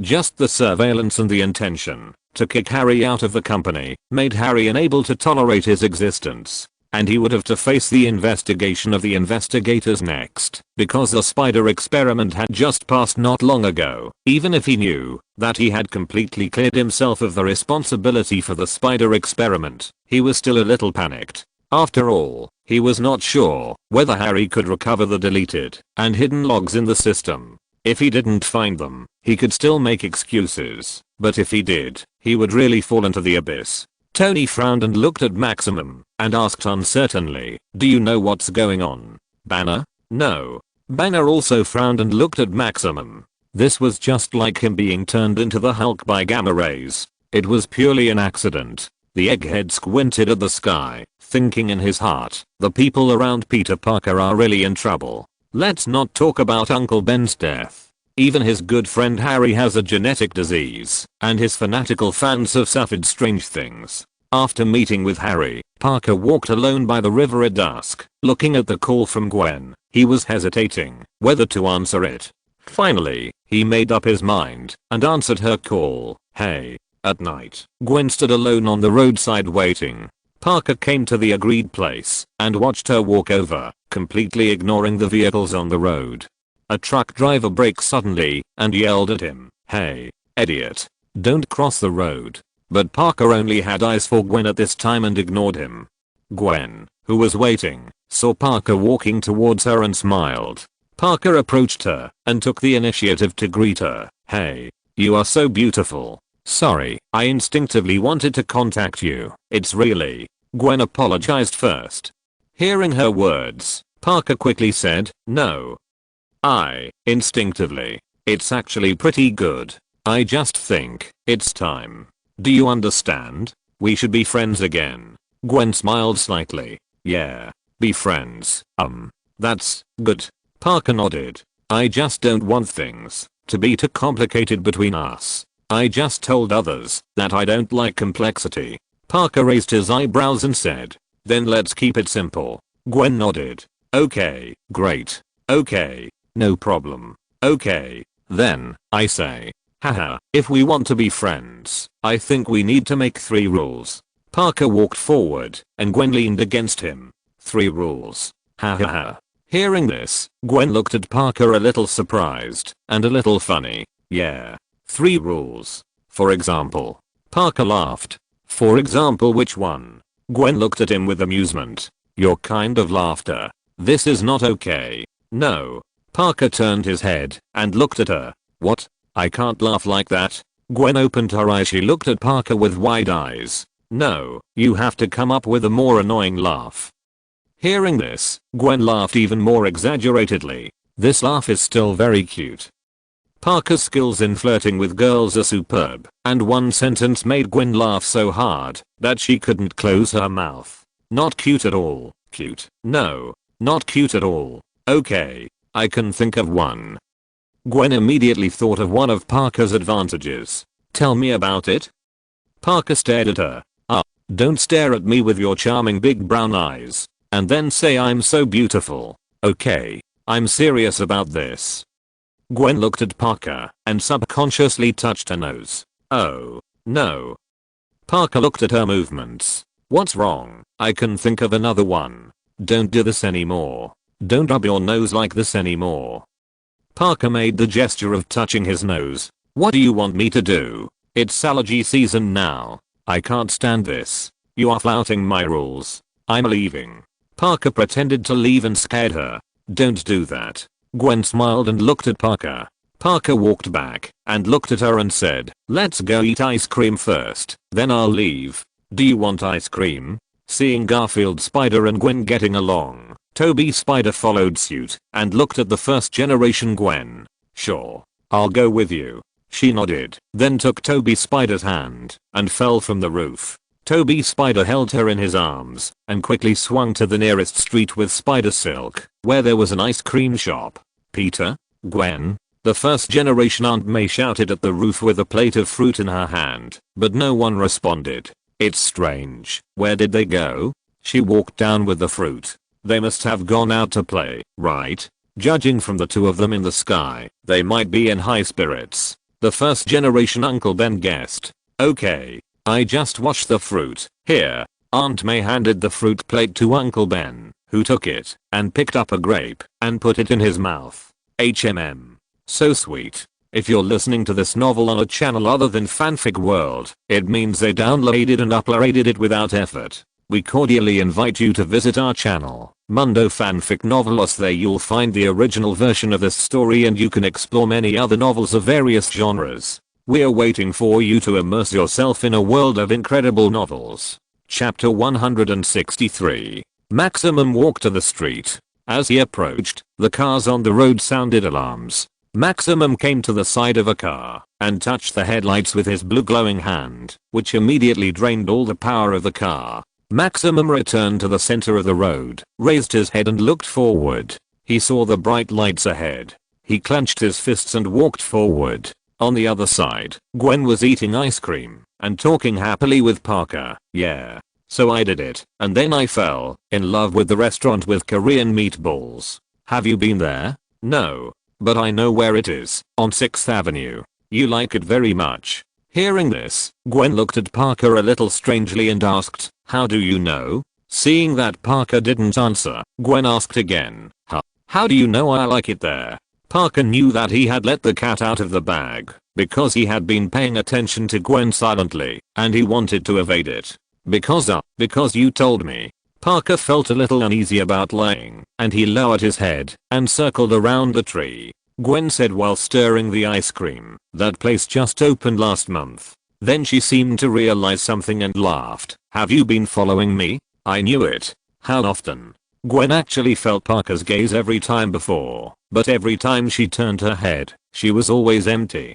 Parker paused for a moment and said, "Just once a day. Sometimes more." Knowing that Parker has been thinking about her, Gwen was moved to tears. She lowered her head and wiped her eyes. "Oh, God, why? To ensure my safety?" Parker looked at her face. "And what else? And this is the way I can get closest to you." The two looked at each other, and Parker couldn't help but lean in front of Gwen, wanting to kiss her again. Gwen said at this time, "I'm going to England." Hearing this, Parker was a little unprepared. "What? It's just, I have a scholarship to Oxford University. Molecular medicine. I'm competing with a young man. We still have to go through an interview. He seems to be a freshman, but he's only 14 years old. So, it could be him, but it could also be me. I hope it's me. I'm thinking about going to England now," Gwen explained to Parker with red eyes. "Wow." Parker looked at Gwen and exclaimed, "I'm really excited." Gwen wanted to share this good news with Parker, which is why she found him tonight. "That's England." Parker was thinking about Gwen leaving him when his spider sense suddenly warned him. Parker turned his head sharply and looked behind him. Gwen saw Parker's actions and asked in confusion, "What's wrong?" Parker stared at the square in the distance, where the neon lights were flashing. "Wow. Are you going to Oxford?" Parker looked at Gwen curiously in her room. "I don't know. I haven't received any information from Oxford yet." Gwen didn't know if she would get the same opportunity as Sky Curtain. If she had the opportunity, she would still like to go, but if Parker objects, then she would still stay in New York. "If you want to go, I'll go with you. How can the spider couple be separated?" Parker held Gwen's hand and said to her affectionately, "Spider couple is a name that has only become popular recently because Gwen and Tim always appear in pairs at various crime scenes, and they are Peter Parker and Gwen Stacy in Sky Curtain, so New York citizens have given them such a nickname." Unlike Parker and Gwen, Tony is more concerned about Maximum. He thinks about the scene where Maximum sucks the electricity out of the car with his hands. It is obvious that Maximum can control electricity, but he doesn't know to what extent. "Jarvis, prepare some information about electricity for me. I want to study it carefully. Will he be able to absorb the energy of my armor?" Tony's biggest fear is that his armor does not have enough energy. During this period, research on how to withstand huge energy has made new progress, thanks to the destroyer armor. After studying for a long time with Banner, he figured out some of the uses of the armor and developed some new technologies, and he is ready to build a new armor based on this new technology. The performance of this latest destroyer number 1 armor far exceeds any armor Tony has had before, crushing in all directions. In the crowded square, Maximum staggered. Because he was wearing a hood, no one noticed his unusual face. He looked around and then walked forward. At the same time, Parker kept staring in that direction. His spider sense kept reminding him. Gwen also followed Parker's gaze and looked there. Suddenly, the wind around him moved. Gwen turned around and saw that Parker had disappeared without a trace, leaving only his clothes and shoes in place. Maximum shuttled through the crowd. Now his perspective was completely different from that of a normal person. He could directly see the place where the current converged. He walked straight to the circuit of the square, knelt on the ground, and stared at the cables under the grill. As soon as he stretched out his hand, an electric current was generated. Maximum knew that he needed a lot of electricity, so he lifted up the ground grill and grabbed the cable inside with both hands. People in the square didn't know what happened yet. They were curiously looking at the flashing big screen in the square and taking pictures of Maximum absorbing electricity with their mobile phones. The police officer who maintained order saw Maximum's actions, and he immediately pressed the intercom and said, Police station, I need more police. Please send more police to the southern corner of Duffy Square. After requesting reinforcement, he began to evacuate the crowd and asked everyone to stay away from Maximum. Then he put his hand on the gun and shouted at Maximum, "Sir, take your hands off the cable now. Take your hands off the cable. Put your hands up." Hearing his words, Maximum slowly raised his head. After seeing the blue eyes and skin, the police officer immediately took out his gun and pointed it at him. "Stay where you are. Don't move. Don't move. Kneel down. Kneel on the ground." Seeing that he was pointed at by a gun, Maximum subconsciously stepped back, and as a result, a truck hit him. Maximum subconsciously raised his hands and released electricity, directly lifting the truck in the air and throwing it to the other side. Chapter 164. Tony frowned as Maximum stretched out his hands and lifted a large truck out of thin air. "What is that? Is it electromagnetic force?" "Yes. There is no doubt that he can use electromagnetic force to control objects and can absorb them to his side or throw them out. And it seems that he can also absorb electricity. He not only absorbs the electricity in the car, but can even directly absorb the electricity in the cable." Banner nodded and added a brief explanation of Maximum's current abilities. Just based on the current performance, Banner could not infer more of his abilities. "Then how should we restrain him? Can the latest armor resist his absorption of electrical energy?" Tony asked. "I don't know. Maybe we can use insulating materials to make protection and find a place without electricity to prevent him from absorbing electricity. I haven't thought of anything else yet. Let's look at the sky first." Banner thought for a while and said he was not sure if Maximum came to their universe, the latest armor could resist his ability. "Okay. Jarvis, record and analyze Maximum's abilities. I think this will definitely be useful." Tony gave Jarvis an order. The people in the square began to flee in panic. A large number of police cars arrived at the scene and surrounded Maximum. He was a little terrified and wanted to escape, but the police officers had blocked his way. "Kneel on the ground. Now." A police officer yelled at him. "Stop. This is not my fault, sir." Maximum looked at the increasing number of police officers on the side and tried to explain something in fear. The police officers didn't care what he was saying. They had to eliminate the risks first and kept shouting for Maximum to kneel down and don't move. "We need you to kneel on the ground immediately. This is for your safety and the safety of other passers-by." The police officers kept repeating their shouts.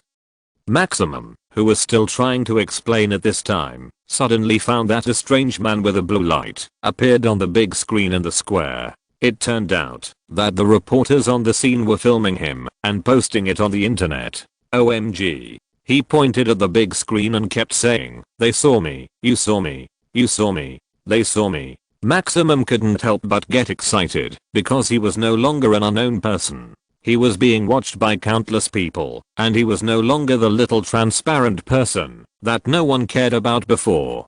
Just as Maximum was in a daze, the surrounding police officers threw several smoke bombs at him.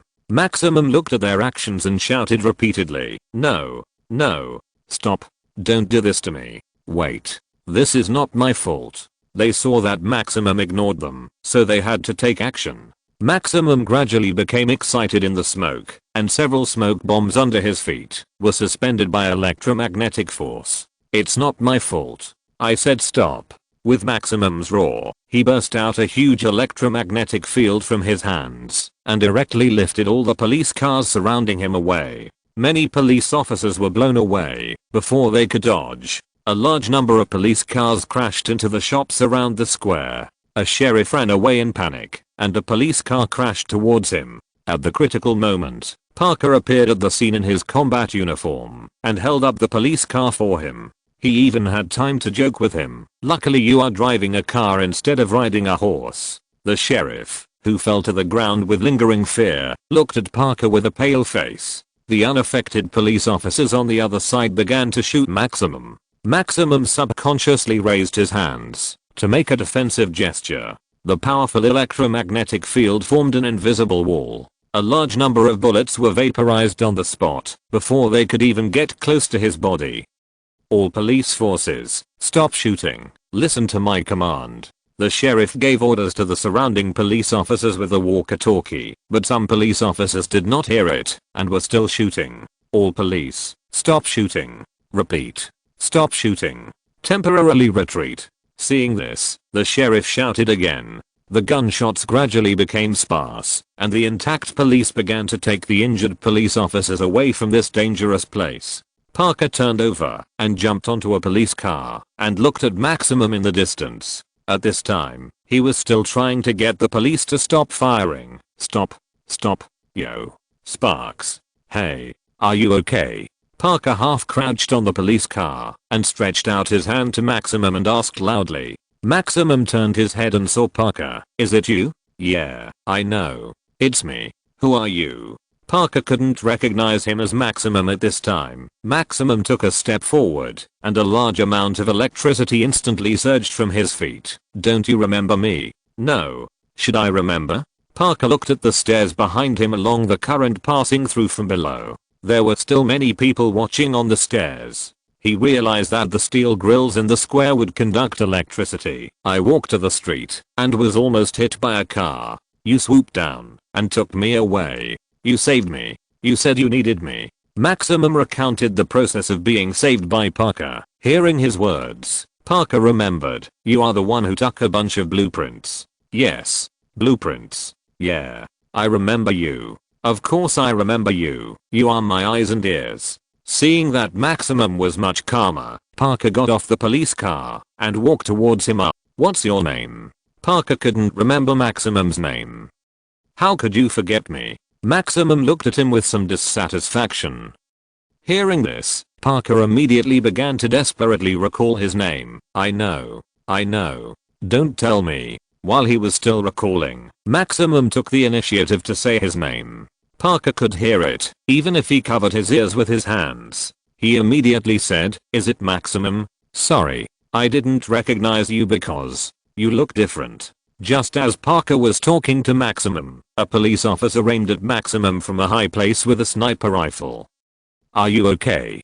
Parker didn't know why Maximum looked like this. I don't know what happened to me. Maximum himself was also confused. I understand. I can see. I believe you. Parker waved his hand to indicate that he believed in him. No matter what, he had to stabilize Maximum's emotions first. Chapter 165. It's so strange. I feel this power in my body. In my heart. I feel so angry. Maximum clenched his fingers, not understanding what was going on with him. At this time, Gwen also arrived here and squeezed into the crowd to watch Parker and Maximum talking in the field. I understand. I know you don't want to be here, and I know you are scared. I can see that you don't know what's wrong with you. I also understand that you don't want to hurt anyone. All problems will be solved. Parker kept persuading Maximum and explaining Maximum's inner thoughts. At the same time, the sniper on the high ground next to him had already aimed at Maximum and was ready to shoot at any time. Don't let them shoot me again. Maximum pointed at the police officers and demanded. Parker immediately responded, they won't shoot you again. Then he shouted loudly to the people around him, hello, this is my friend, Maximum. I told you about Maximum, don't shoot Maximum. Gwen in the crowd looked at the weird man with blue light on the big screen and couldn't believe that he was Maximum. They just met in the elevator today. After shouting, Parker said to Maximum, just the two of us, okay? Just the two of us to talk. Whoa, wait.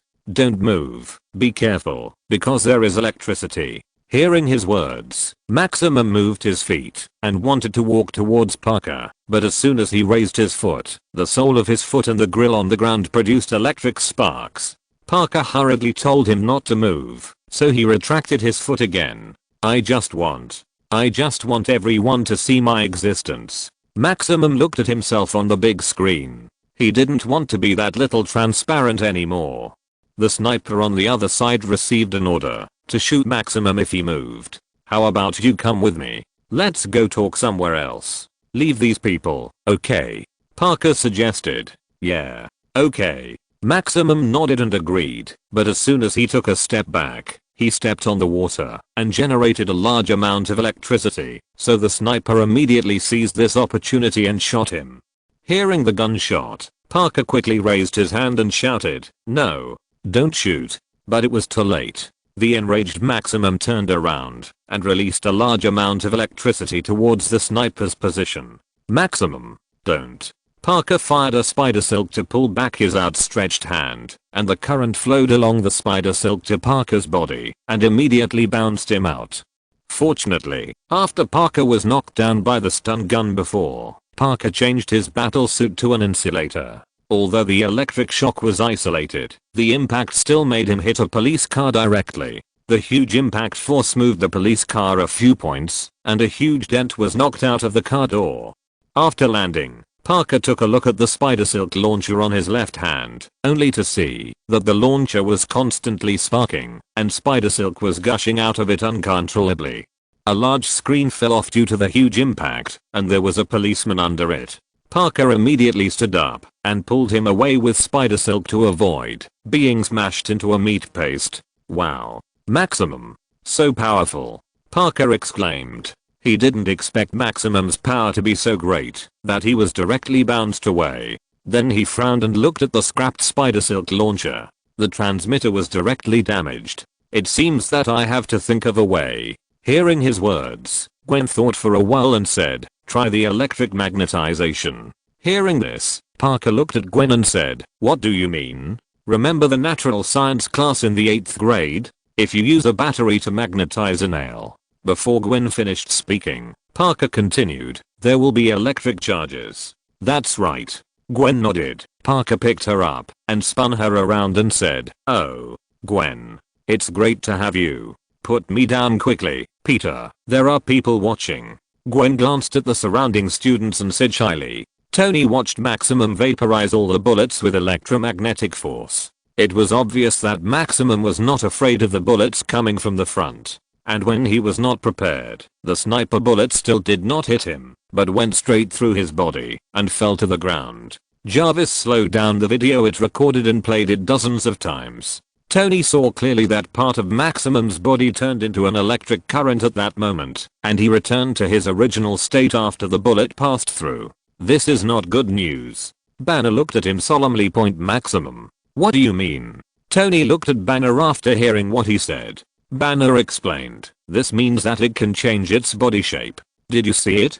Part of his body turned into electricity and avoided the sniper rifle. If it can change part of it, it can also turn into electricity." "What?" Tony was shocked. If Maximum had no entity, how should he deal with him? He seems to be afraid of water. He felt an electric shock when he stepped on the water, although it was only for a moment. Banner looked at Maximum's performance when his feet landed on the water. Using a lot of water can make him get an electric shock. "This may be a method. Jarvis, record it," Tony casually instructed. Seeing Parker save a policeman from danger, the people present cheered, applauded Parker, and kept shouting "Spider-Man." Maximum looked at the crowd who cared more about Spider-Man. The big screen beside him also changed from him to Spider-Man. At the same time, many people yelled at him, "You stupid freak. Electric freak. Get out. Freak." He looked around. Everyone was supporting Spider-Man. All the big screens were filled with Spider-Man's image.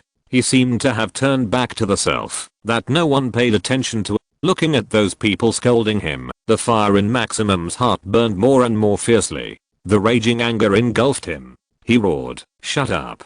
Then he looked at the big screen with only Spider-Man's image and blamed all the faults on Parker. "You are so selfish. You designed to frame me. Listen to me, Maximum." Parker tried to continue communicating with him. He was the first to cry out when he heard Maximum's words. "No, I didn't frame you. You lied to me." Maximum clenched his fist. A lot of arcs came out of it and stared at Parker viciously. "No, I want to help you. Let me help you." Parker tried to explain to him, but Maximum was completely unable to listen. He knelt on the ground, more electricity came out of his hands, and then he pressed hard on the steel grill on the ground. Instantly, a large amount of electricity rushed forward. Chapter 166. Seeing the current coming, Parker immediately did a backflip and propped himself on the police car, using the police car to block part of the current. At the same time, the spider silk launcher on his left hand once again emitted sparks, but fortunately the launcher on his right hand was not faulty.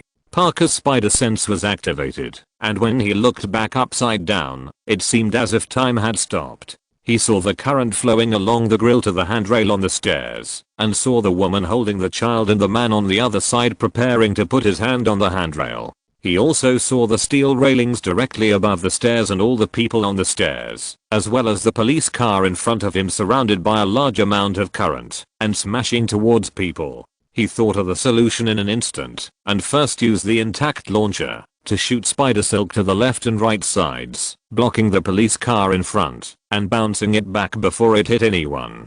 Then he did another backflip and fired spider silk again to hold it in his left hand. He threw the spider silk in his left hand and grabbed the man's hand. At the same time, he used the spider silk launcher in his right hand to shoot spider silk to stick to the woman's hand and pulled them back with force. The two were almost electrocuted by the current. Parker backflipped above the crowd. The rescued woman and man smiled at him and immediately began to escape from the side. After saving the people, Parker slowly stood up and stared at Maximum in front of him. The onlookers watched Parker's actions excitedly and kept applauding him. "Today is my birthday. It's time to light the candles now." Maximum was very angry now. He looked at Parker fiercely and condensed electricity in his hands to attack Parker. Parker immediately dodged to the side, fired spider silk and swung up, flexibly avoiding Maximum's continuous electric shocks, and used spider silk to stick to the fire hose standing on the roadside. After landing, he pulled hard, and the water pipe burst immediately, spraying a large amount of water from it. Parker waved the fire hose, and Maximum dodged and shot electric current at Parker. While being knocked away, Parker also hit Maximum hard with the fire hose. The two flew backwards at the same time, and Parker crashed into a roadside newsstand. Maximum hit the ground hard and bounced up and hit the big screen behind him. Parker was still lying on the ground.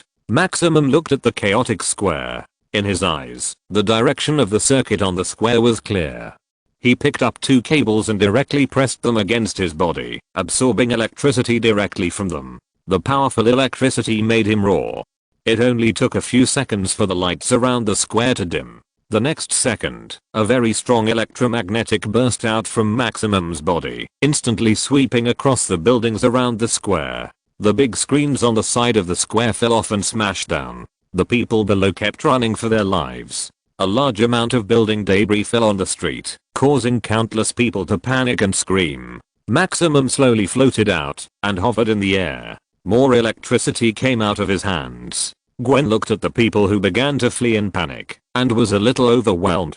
Maximum gathered the electricity in his hands and began to attack the people below. The citizens panicked even more. A policeman shouted with a walkie-talkie, "Have you seen Spider-Man? Has anyone seen Spider-Man?" Maximum's attack became more and more fierce. A large amount of electricity fell on the square. The citizens were running around like headless flies. At this moment, a water column suddenly hit Maximum's body, shooting him down from mid-air and falling to the ground. The scene changed, and it turned out that Parker was wearing a firefighter's hat and firing water with the firefighters with a fire cannon. "Okay, enough. Alright, Mike. John. Good job." He turned off the water and clapped his hands with the firefighters behind him. Maximum fell to the ground and couldn't move. "Good job everyone. It's a pleasure to work with you." He shook the water pipe in his hand and wanted to put it on his waist, but found that there was no place to put it, so he had to give it back to the firefighters.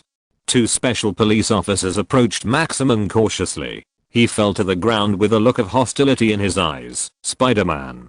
Parker came to Gwen on the spider silk. At this time, she was the only one left here. The others had all run away. He looked at Gwen and said, "England? Really?" While speaking, a piece of building debris fell behind him and smashed a burning police car into scrap metal. Gwen looked at the broken scene and Parker in front of her and remained silent for a long time. When Parker saw Gwen didn't say anything, he had to turn around and leave. He couldn't just go up and have too much intimate contact with Gwen. Gwen said silently after Parker left. That's a good point. He's so good. Gwen, did you see that? His spider sense is better than mine. At that moment, it was as if time stopped. He thought of a solution in an instant, so that no one was hurt.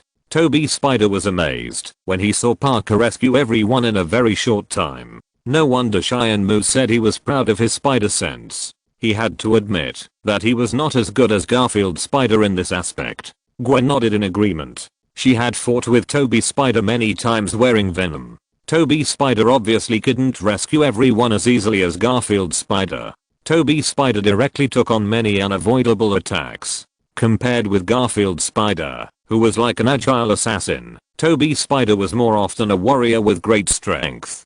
But seeing that Parker took a long time to get up after being hit by Maximum's attack, Toby Spider couldn't help shaking his head again.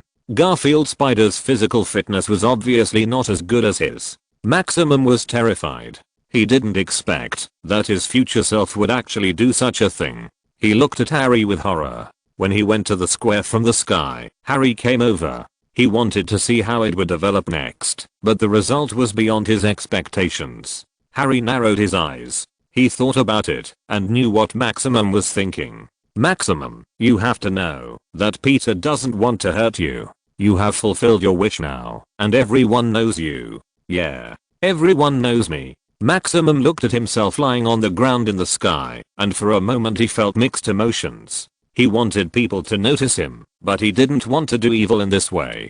Harry was thinking about whether Maximum could still become an electric man if he replicated the behavior in the sky, but in just a moment, he gave up the idea. He was not a person without bottom line and could not do such a thing. At the same time, many people were angry at the sniper who fired the gun. Spider-Man had clearly convinced Maximum, but he was eager to make a contribution and fired the gun, which angered Maximum and caused this to happen. Angry New Yorkers demanded a reasonable explanation from the police department. The New York Police Department was besieged again, and George sighed tiredly. Chapter 167. Parker returned home, took off his spider suit, and threw it into the closet, revealing his muscular body. After changing his clothes, Parker turned over and lay on the bed. Jessica Abbott, a reporter from New York TV, who is at the scene of the accident, will report this explosive news to us. The host on the TV was talking about what happened tonight. Then the camera on the TV switched to the scene. Okay, the two witnesses standing next to me will tell us what they saw at the time of the incident. Please tell us, how did Spider-Man do it? How did he defeat this monster? One of them replied in a flash. Spider-Man's clothes must have been treated with rubber, so he didn't get electrocuted. It's probably some kind of neoprene. If it were me, I would use it. Parker sat up on the bed, took out his mobile phone, and looked at the photo he took with Gwen when they were in love on the screen. When he thought that Gwen was about to leave him for England, Parker was so uncomfortable that he threw his mobile phone on the bed and covered his forehead. You must be sad to know that I'm leaving. Gwen turned her head and smiled at Parker. No, I won't let you leave me. Wherever you go, I'll follow you. Parker looked at Gwen and said seriously again, and the two gradually got closer. Okay, I'm still here, Gwen. Your mother asked you to help. George had been standing at the door watching Parker and Gwen's intimacy for a while, and he couldn't help interrupting them when he saw that they didn't intend to stop. Oh, okay, Daddy. Gwen realized that George was at the door. She responded and walked out quickly. George made way for her and walked into the room. Parker saw his father-in-law staring at him and didn't understand what happened. He had been intimate with Gwen more than once or twice, and he had never seen him so unkind. He didn't know that the police station was surrounded again. Although it had nothing to do with him this time, George still habitually associated it with him because he had a criminal record. Why are you looking at me like that? Parker asked in confusion when he saw George looking at him unkindly. The police station was besieged by citizens again today. George said. What? What's the reason this time? Me. Parker was extremely shocked. The police station had not been besieged for a long time. He looked at George in confusion, hoping to explain it to him. No. Then George explained the cause and effect to him and told him about the sniper. As a result, he was temporarily suspended after an emergency meeting and asked to go home to reflect and wait for notification. Since his direct superior in the sky did not show up, it was difficult to judge by the voice alone, so he escaped. As for George, this matter could not be blamed on him because he had died in the sky at that time, and he died gloriously. Parker picked up the spider silk launcher that was damaged in the previous battle and began to check why it was damaged. He knew what the problem was after taking a look. The battery inside exploded, but he was in no mood to care about it, so he threw it on the table. Parker put on his headphones and lay on the bed. He couldn't calm down while listening to the song. Gwen was about to leave him. As long as he closed his eyes, he would think about this problem. Then he lay on the bed and saw Richard Parker's briefcase in the closet. The upset Parker subconsciously walked up to close the closet door, but then he took off his headphones and picked up the briefcase. He dumped everything on the floor, picked up the remote control, took a look, and put it aside, and then picked up a note with Roosevelt written on it, 2 p.m. So he began to search for information about Roosevelt, but found nothing. So he taped a photo of his parents to the wall with tape, and then found information about Richard Parker, and printed it out, and taped it to the wall. Parker posted all the information he could collect on the wall, sorting out a clue wall. Finally, he posted a photo of Gwen and him together, and attached a piece of paper with the words, "Am I going to lose you too?" Parker leaned his head against the wall, remained silent, and finally picked up the spider silk launcher on the ground, and left the room. Peter. Gwen sat opposite him, and looked at him worriedly. Every time it came to Richard Parker and his wife, she couldn't help but worry about Parker's mood. "I'm fine, Gwen." Parker picked up a piece of steak and put it into his mouth. He had gradually let it go, and more importantly, he believed that Cheyenne Moo would give him an answer in the end. Helen didn't want them to continue to be trapped in this sad atmosphere, so she took the initiative to ask, "How does it taste, Peter?" "Okay, great. Very very delicious." Parker did not hesitate to praise. "It is indeed delicious." George, who was sitting beside him, echoed lightly, "That's good. Would you like some soup?" Helen was relieved to hear that, and took the initiative to help Parker serve a bowl of soup. "Thank you. It's delicious. This is a great meal." Parker thanked her. Helen Stacy was very satisfied with Parker, her future son-in-law, from the bottom of her heart. The more she looked at Parker, the more she liked him. Online polls show that public support for Spider-Man has increased significantly. Tonight, it seems that the whole of New York City should thank him. Harry was watching TV while playing with the cube Norman gave him. He accidentally put his finger on a wound on his neck and felt a little pain there, so he straightened up and used the glass table in front of him to check the situation there. As he pressed his finger hard, a strong stinging sensation came. Harry screamed "Ah!" and threw the cube in his hand on the table. Then the table immediately appeared with information. Harry took a look and was surprised to find that this was actually a physical key. Through it, he could access all the hidden files in Osborn Industries. Harry looked at the various files that appeared on the table, clicked on one of them to enlarge it, and immediately saw the system's introduction to the file, a new generation of military armor. Features include more freedom of movement, repair battlefield damage, has a nervous system interactive interface. Then he clicked on another one, which was a video of Richard Parker's research on spiders. Richard Parker said to the camera, "So the common spiders at home are different from human cells. Even if they are seriously infected, their tissues are damaged, etc., they can have the ability to heal themselves. We add radioactive isotopes to the corresponding human DNA." Chapter 168. Harry stared at the sky curtain with wide eyes. He had never thought that the small cube Norman gave him was actually a physical secret key. Although he had received it for a while, Harry had never discovered it by accident. It was not until he saw this scene from the sky curtain that Harry realized the value of this little gadget. He immediately stood up and put the secret key on the table. As expected, many top secret documents were displayed as in the sky curtain. He began to look through the contents. He saw the latest battle armor and many things he didn't know. In addition to Richard Parker's research, it also included the whole story of the Carter's incident, Norman Osborn's genetic disease, spider-human experiments, Dr. Morbius, and so on. Harry browsed through these folders one by one, but unlike the Sky Curtain, since Maximum did not get electrocuted and turned into an electric man, there was one less folder of Maximum getting electrocuted.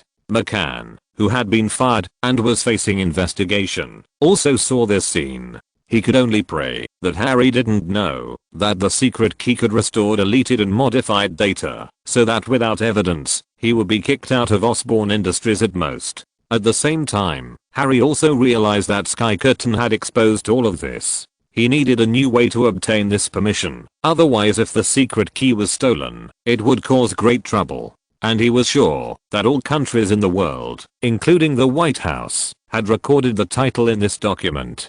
Fortunately, only the file name had little impact. Welcome to Dr. Jailings' Science and Education program. Today we are going to talk about electricity. In the garage, Parker took off the scrapped battery from the Spider Silk launcher and searched for a popular science video about electricity. Battery, insulator, electromagnetic current.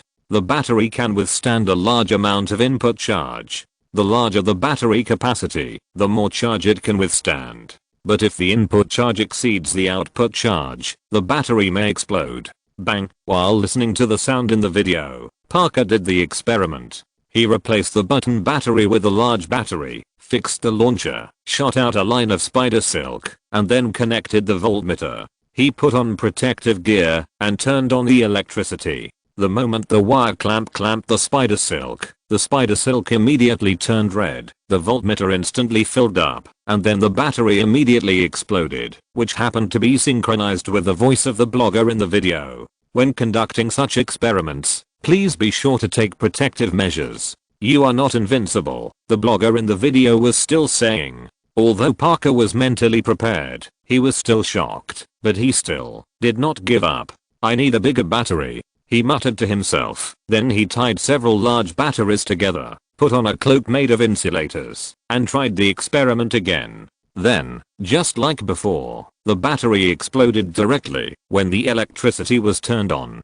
Parker pouted and looked at the battery pack that was broken into slag, and then continued to replace it with a car battery. This time the current was stronger, which directly bounced him away, and then the car battery couldn't withstand it and exploded, and the spider silk was on fire, and the lights at home flickered.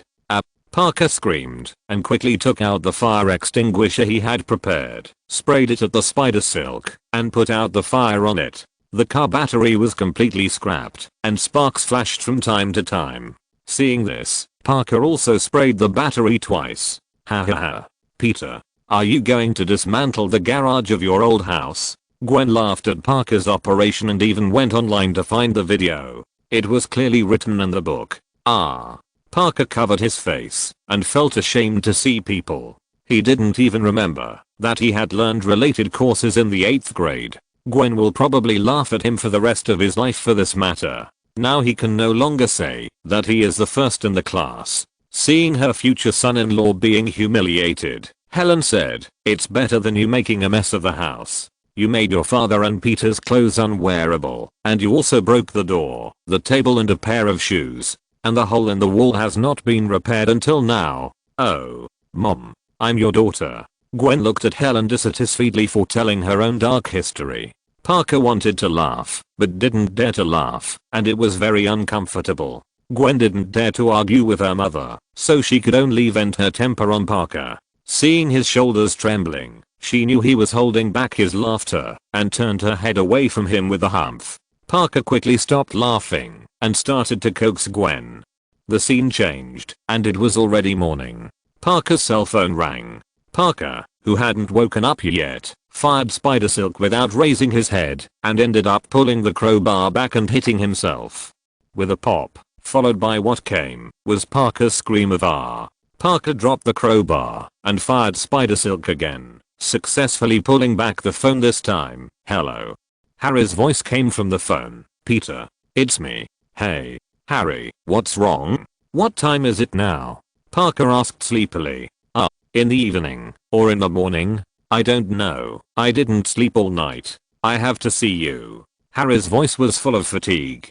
Hearing that Harry's voice was not right, Parker asked, "Are you okay?" "No, Peter. I'm dying. But I think you can save my life." Suddenly hearing Harry say that he was about to die, Parker, who had not woken up yet, woke up instantly and listened to Harry's words with wide eyes.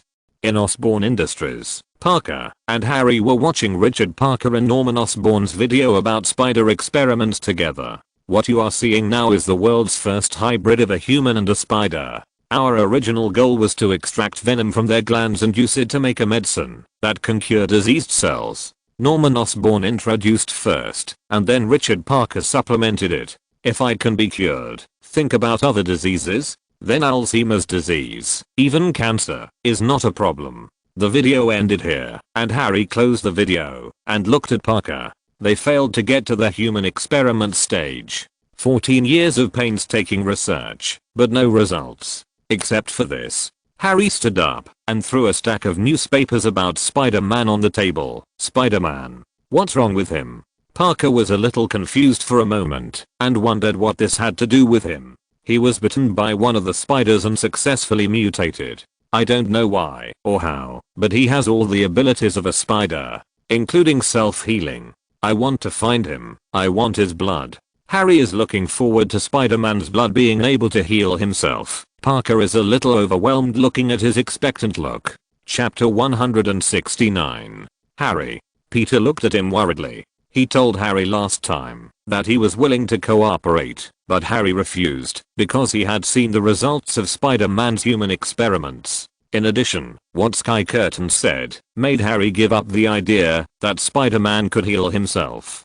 Gwen, I want to help Harry. Can you help me? Parker turned his head and looked at Gwen. He had been thinking about this problem before. Yes, but how should we do it? Gwen certainly would not refuse this request, but she didn't know where to start. Drive Connors. Maybe he will have a way. Parker also knew that they couldn't accomplish this task, so he thought of Dr. Connors. It happened that Connors had been idle at home during this period of time, and the research on regeneration potions had completely stagnated.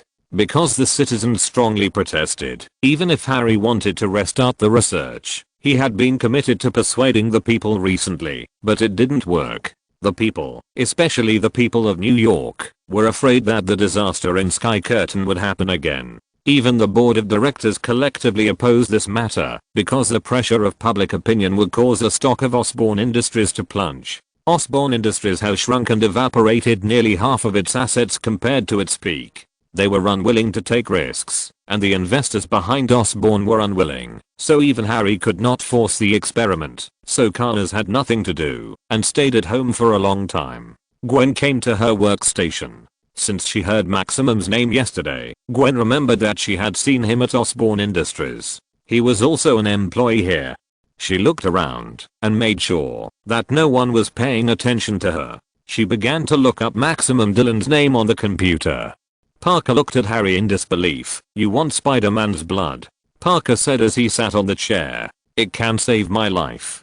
Harry supported the table with his hands. It may not be possible. Harry. It may not be that simple. Did you see the end of Kurt Connors? Parker thought this was a little too crazy. Use his blood to save Harry? Connors is too weak. But I'm different. Peter. Harry felt that Connors' situation would not happen to him again. I don't think you can drive a blood collection vehicle and ask him to donate blood. I mean, he definitely doesn't want others to draw blood with a syringe. Parker didn't know what to do because he couldn't reveal his identity and he didn't want to be drawn blood. He doesn't want to? Okay. Then can you tell me where he is tactfully? I'll ask him in person. Harry looked at Parker and asked. What? Parker looked at Harry and didn't understand why he said that. Harry sat down on the table and looked at the small words under the newspaper, which said the photographer was Peter Parker. This photo was taken by you. You know him. Harry, I took it from a long distance, using a telephoto lens. I don't know him. In order not to reveal his identity, Parker could only lie, and Harry believed it. I thought carefully about what you said by the river. He can give people hope. Come on. Parker fell silent when he heard Harry say what he had said. On the other side, in the supervision room, the staff found that someone was searching for information about restricted personnel, and he immediately located Gwen's location. Gwen found that Maximum was not found and was a little confused. She was about to search again, but found that she was blocked. At the same time, the staff immediately left there and prepared to find Gwen. Harry was still trying to persuade Parker to agree to him. Parker was restless and stood up to leave. Harry grabbed his shoulders. "Don't ignore me. I don't want to die like my father, Peter. Please. Peter. Please. I can't. Please." Harry said and hugged Parker. Parker could only agree. "I'll try and find Spider-Man, Peter." Harry's expression was a little complicated. He didn't know what choice Parker would make in the sky, but no matter what, Peter in reality had already told him that he could call him at any time if he needed anything. It was just that Harry himself refused because the spider-human experiment was too tragic and all the experimental subjects died miserably. Harry could not guarantee that he would not end up like these people. Moreover, these experimental subjects were not serious volunteers who voluntarily participated, but homeless people who were forced to become experimental subjects, which was why McCann avoided it. It was just that this matter had not been made public because the impact was too great, and it was only known to some specific people because Osborne Industries can't stand the toss. At the same time, Parker and Gwen also came to Connors' house. They wanted to ask Connors what he thought of Harry's idea. But Connors didn't know whether it would succeed because he had never done human experiments. Parker was determined to save Harry and decided to try it with his own blood first. Connors looked at Parker's firm eyes and agreed to help him experiment. Harry finally felt relieved after getting the answer.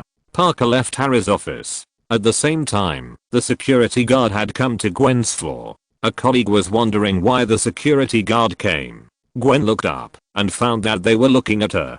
So she immediately locked her computer and got up and pretended to get some water. The security guard immediately followed her and shouted, "Hey, Miss Stacy." Gwen pretended not to hear and left quickly. Parker happened to be taking the elevator downstairs. Gwen walked hurriedly, looking back from time to time, but accidentally tripped her feet. Just when Gwen was about to fall, Parker suddenly came out from the other side of the corner and grabbed her. Seeing Parker, Gwen showed a surprised expression on her face, and the two greeted each other. "What are you doing here?" Gwen asked first. "What are you doing here?" Parker asked back. Gwen pulled Parker into the cleaning closet and looked outside through the gap. The security guards followed Gwen's path and found her, but did not find her figure. "Are you in trouble?" Parker knew at a glance that the security guards were looking for Gwen and looked at her in surprise. "Yeah. There was an accident in the genetic laboratory and they concealed it. I found out that the man in Times Square last night. I have seen him. He is an electrical engineer here." Gwen quickly said the information she knew. "And he loves Spider-Man very much. He is simply a fanatical fan." Gwen looked at Parker and complained to Maximum. "I don't think he loves me. I clearly feel like he wants to electrocute me." Parker didn't realize Maximum was his fan at all. "He was really cruel last night. When I love you, I want to electrocute you."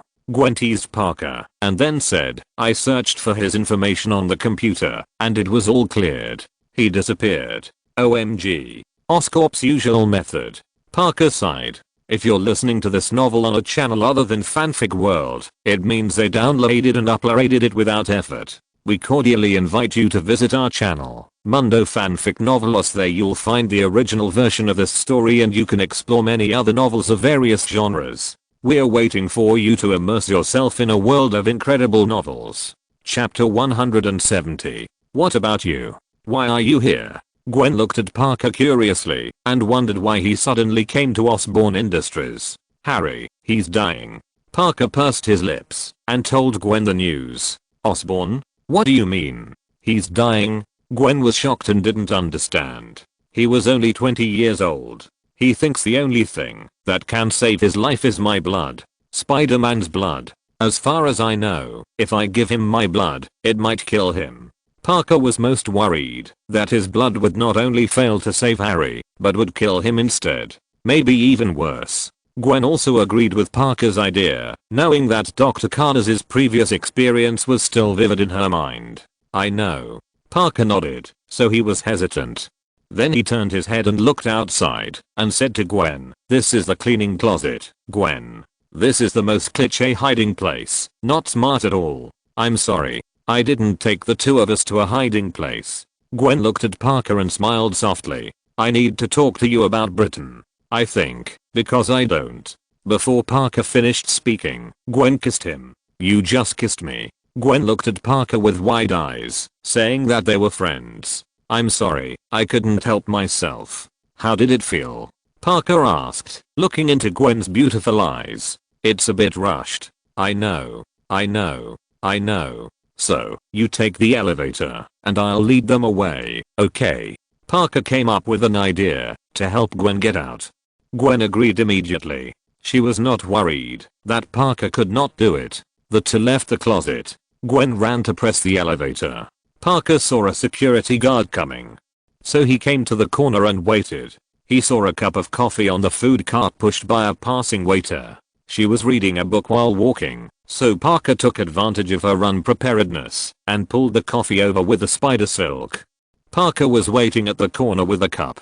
When Security A was about to turn, he deliberately bumped into him. The other party did not expect Parker's appearance at all and was spilled with coffee. "OMG," he screamed. Parker pretended to apologize and squatted down, saying at the same time, "I just spilled hot coffee on you. I didn't mean to. I don't." Before he finished speaking, he stretched out a leg and tripped another security guard backwards. He immediately stumbled under the food cart, and Parker stood up and splashed the remaining coffee in the cup on the face of the third security guard. "See? I spilled coffee on you again. I'm so sorry." Parker kept apologizing while taking off A's coat. At this time, he finally saw Gwen, who was waiting for the elevator, and shouted to her, "Miss, stop." Gwen smiled and watched Parker making trouble there, then ran into the elevator quickly. Security guard A wanted to chase him, but Parker pulled him back. The other security guard B, who got under the dining car, finally stood up and finally got rid of Parker with the black security guard C, who had coffee spilled on his face, but it was too late. "Okay, let's go." "Sorry, I'm clumsy today." Parker pushed A forward. Because the laces on his shoes were tied by Parker at some point, he stumbled 2 steps and fell directly to the ground. Parker successfully helped Gwen out of danger and walked away happily. Halfway through the walk, he couldn't help but jump a little. "Ha ha ha ha, Peter Parker, are you so naughty?" Tony was successfully amused by Parker's little action. "Yeah. He's not just a chatterbox, he's also very artistic." Rod laughed. "This guy is completely different from the first generation. The first generation is more calm and introverted, while the second generation is more lively and cheerful, and more humorous, provided that the first generation Peter Parker cannot be possessed by venom." Banner smiled. He still can't forget the scene of Toby's spider dancing. "I agree." Rod raised his hand to show his agreement. He thought Banner made a lot of sense. Natasha, who had just arrived at Tony's house, couldn't help but nod when she heard this.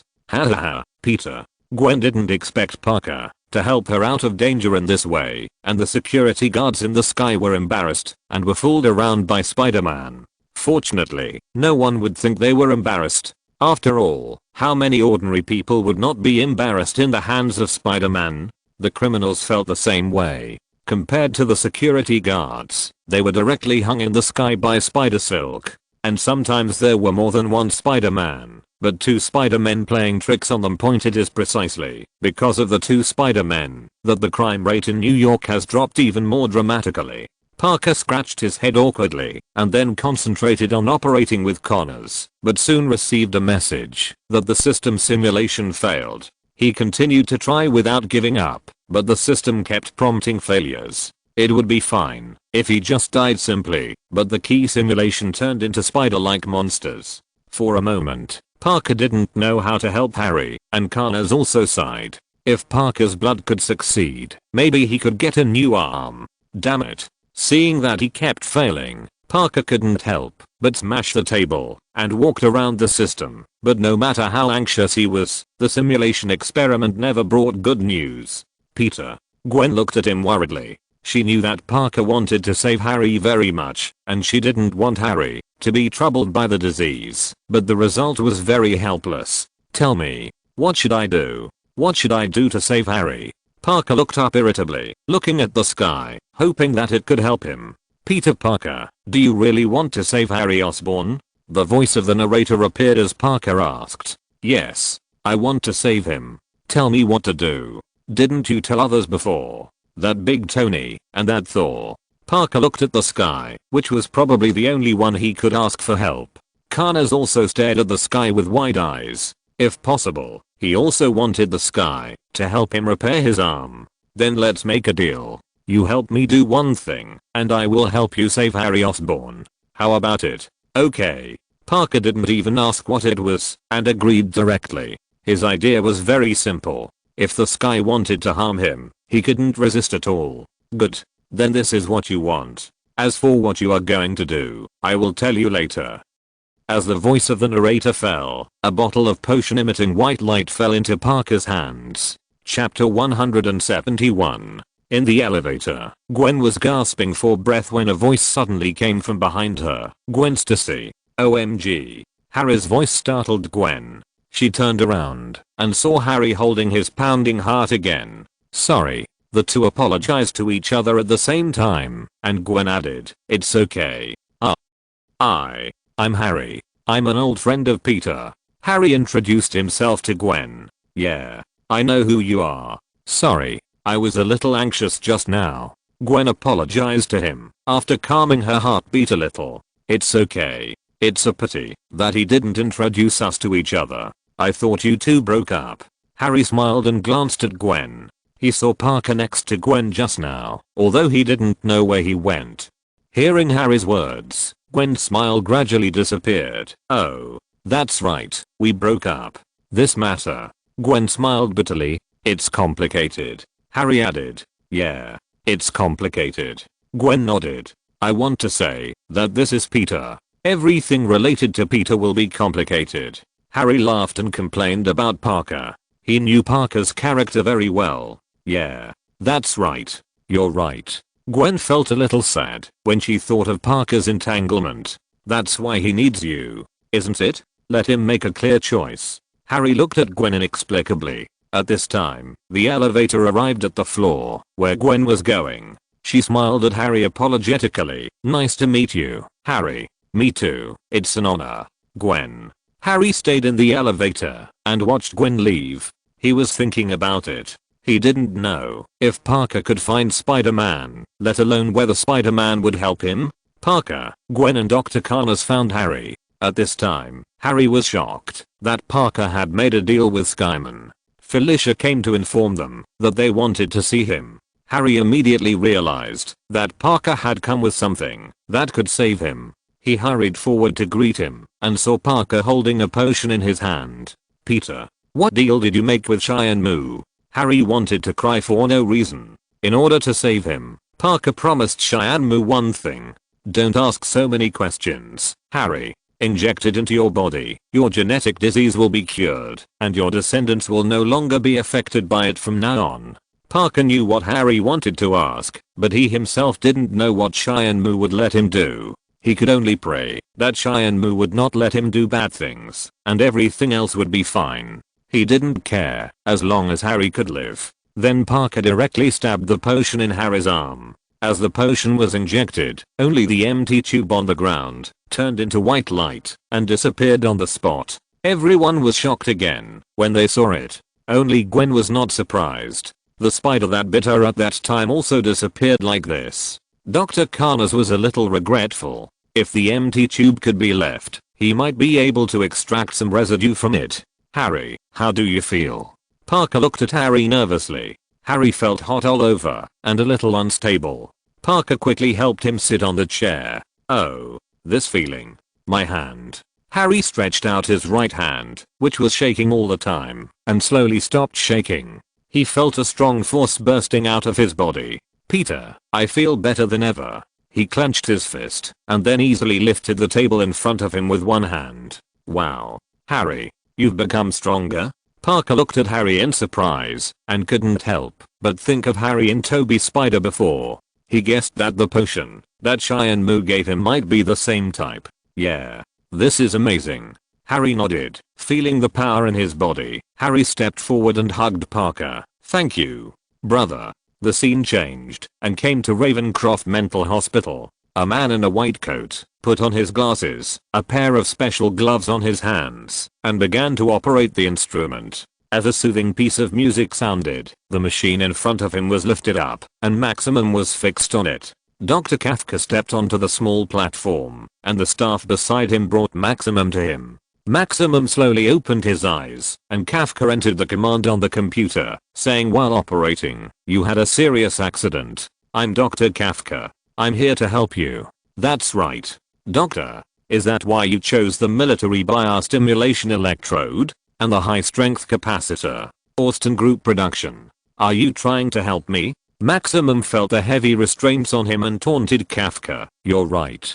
I'm studying you to understand what you are and how you became like this. I'll find the answer. After being exposed by Maximum, Kafka admitted it without hesitation. Then he pressed the switch, and the strong current immediately stimulated Maximum continuously. The severe pain made Maximum couldn't help but roar. McCann watched Kafka study Maximum. I can always find the answer, Kafka said with a smile. You know, this prison where I'm imprisoned. It's electricity, right?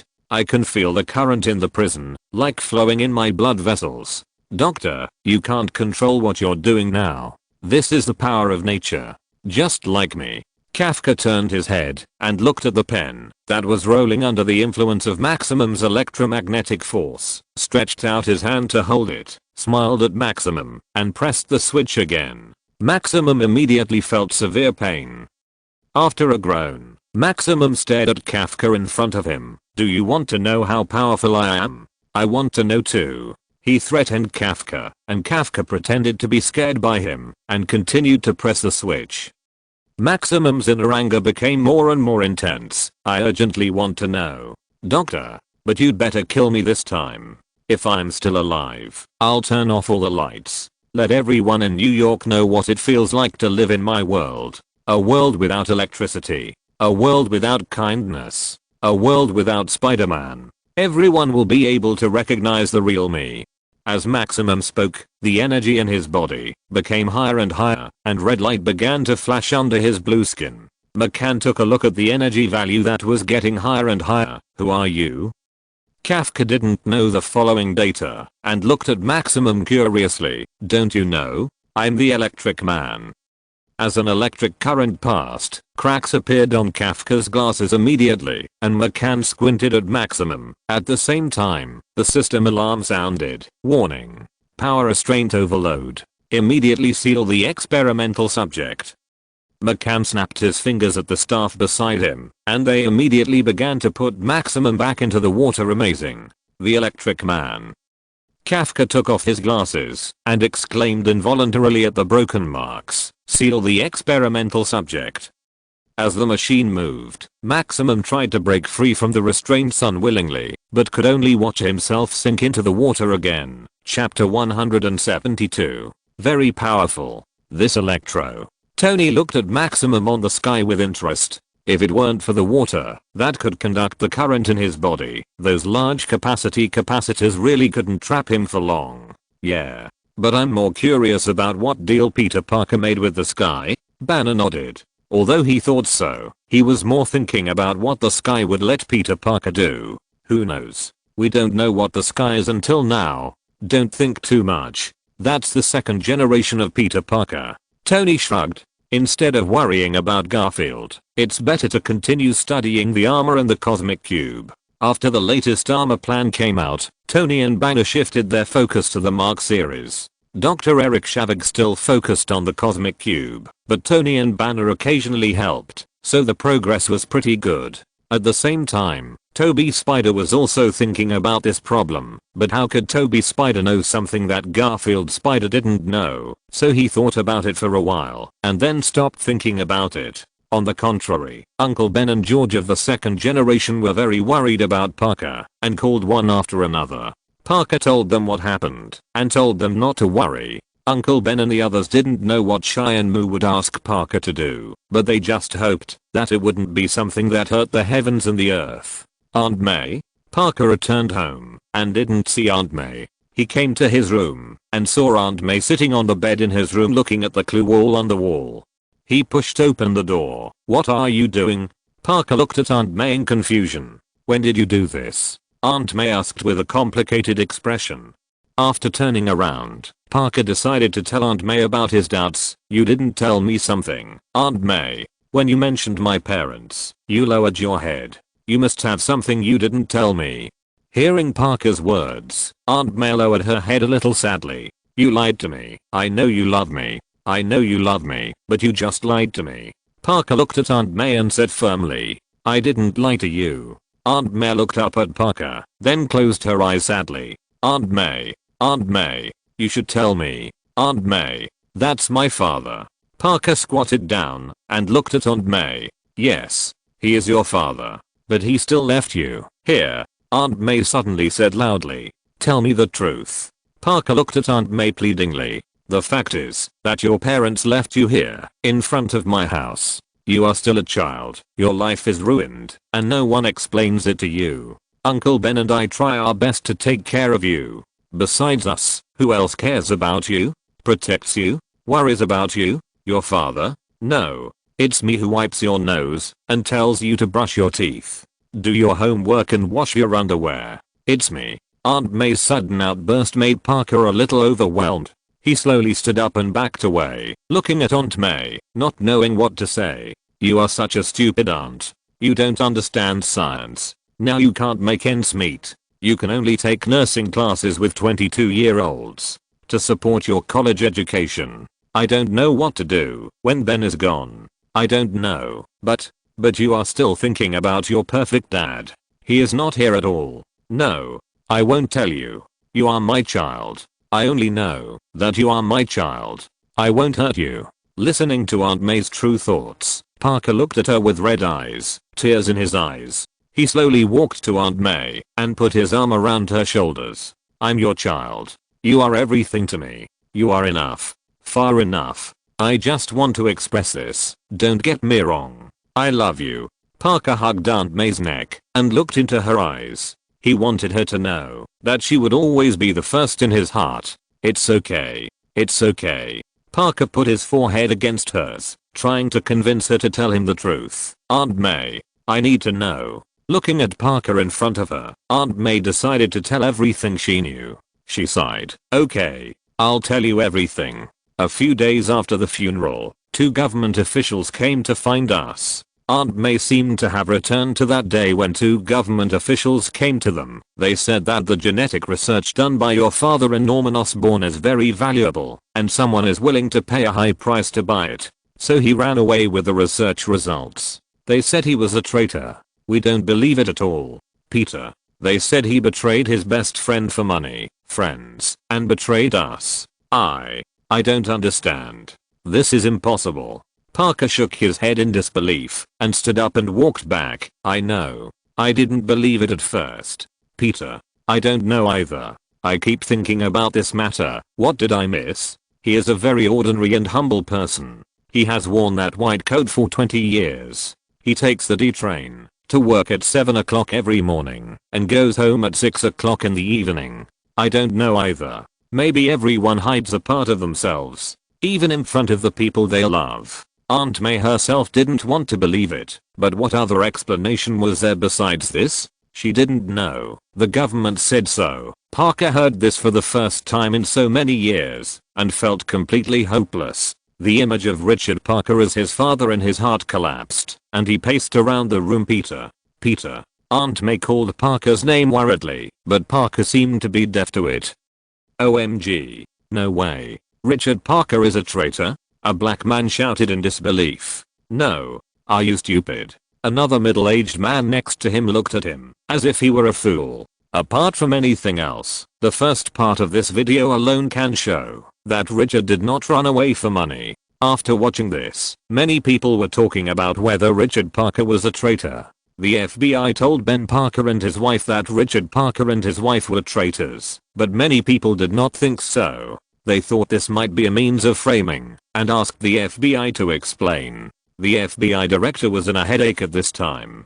The death of Legit Ritter alone had already put the FBI in the offensive of public opinion. Now someone suspected to be from the FBI has emerged to slander Richard Parker and his wife as traitors. He felt very tired because he had to explain to the White House because the president was also one of Spider-Man's fans. For a long time before, the president often posted some good deeds about Spider-Man on Twitter in order to gain the favor of Spider-Man fans and their votes to extend his term. Chapter 173. Mr. Osborn. In Osborn Building, a shout woke up Harry, who was lying on the sofa. He shook his still confused head and looked around, but didn't find anyone calling him. "Look up," Parker reminded him, and Harry immediately looked up.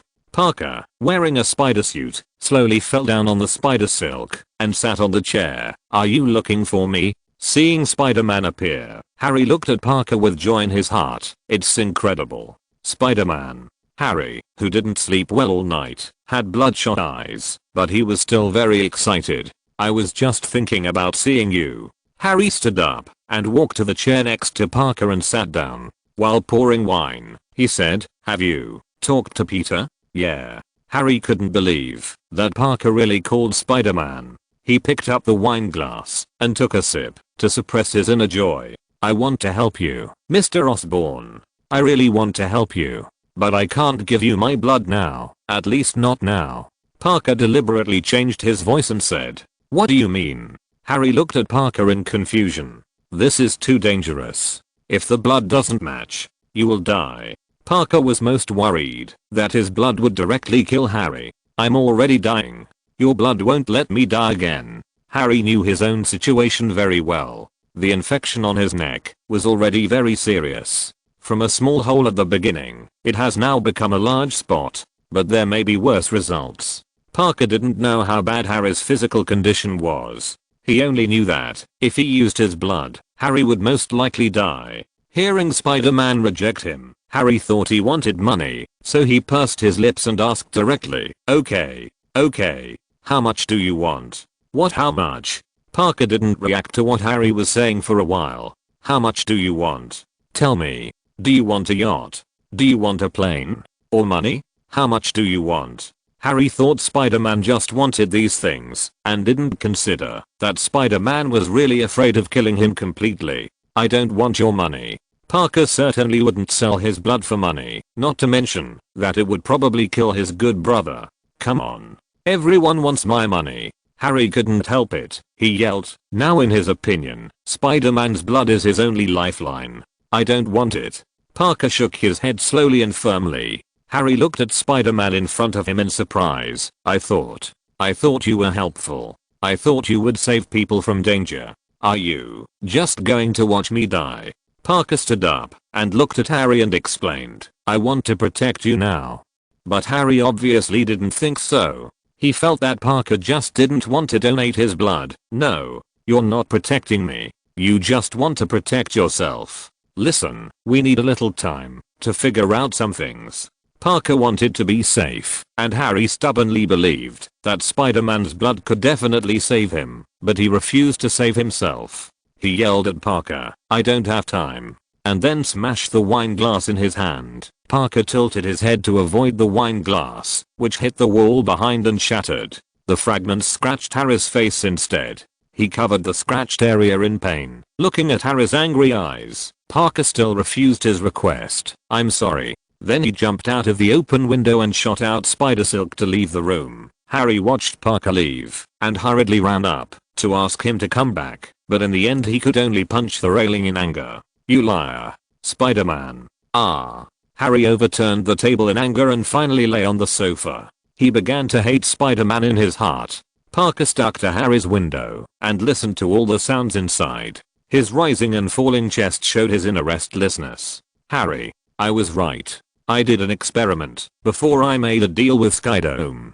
Parker sat opposite Harry, and Connors also sat beside him. What was the result?" Harry was a little surprised when he heard this. Before Parker had time to tell him about this, Skydome started playing, attracting their attention. Very bad. Harry, very, very bad. Death is just the simplest one. There are more experimental results, yes. Turn into a monster. Dr. Connors also knows. Parker looked into Harry's eyes and said word by word, yeah. Connors nodded. Those monsters in the computer simulation are no joke. Maybe they will be more terrifying than when he turned into Dr. Lizard in the sky. If the experiment succeeds, my arm can grow back, but it failed. Connors stroked his broken arm and said with great regret, there will be a way, Doctor. Parker encouraged him with a smile. By your good words, Peter.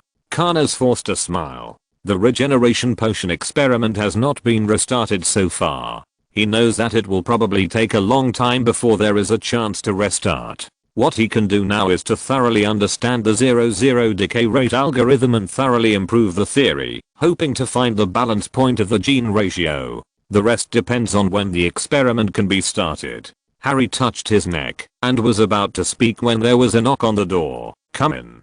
Harry shouted, and Felicia came over with several staff members. Mr. Osborn, these investigators want to ask you some questions about spider-human experiments. Felicia explained to Harry gracefully. Just say it. No need to be shy. Peter, you can all know. Harry sat on the sofa and looked at them and said to Parker, by the way. Now he had nothing to hide from Parker. Spider-human experiments? Hearing these words, Parker's nerves twitched suddenly. I'll tell you later. Peter. Legitrator did a lot of things without telling everyone. Harry's words stopped Parker from asking questions.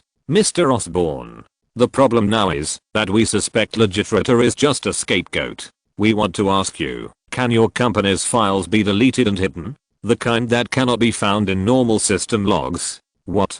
Harry frowned when he heard this. As far as we know, you have the highest authority in the company. No one can have higher authority than you without violating the law. So we want to know if you can help us check whether the system logs have been hidden or deleted.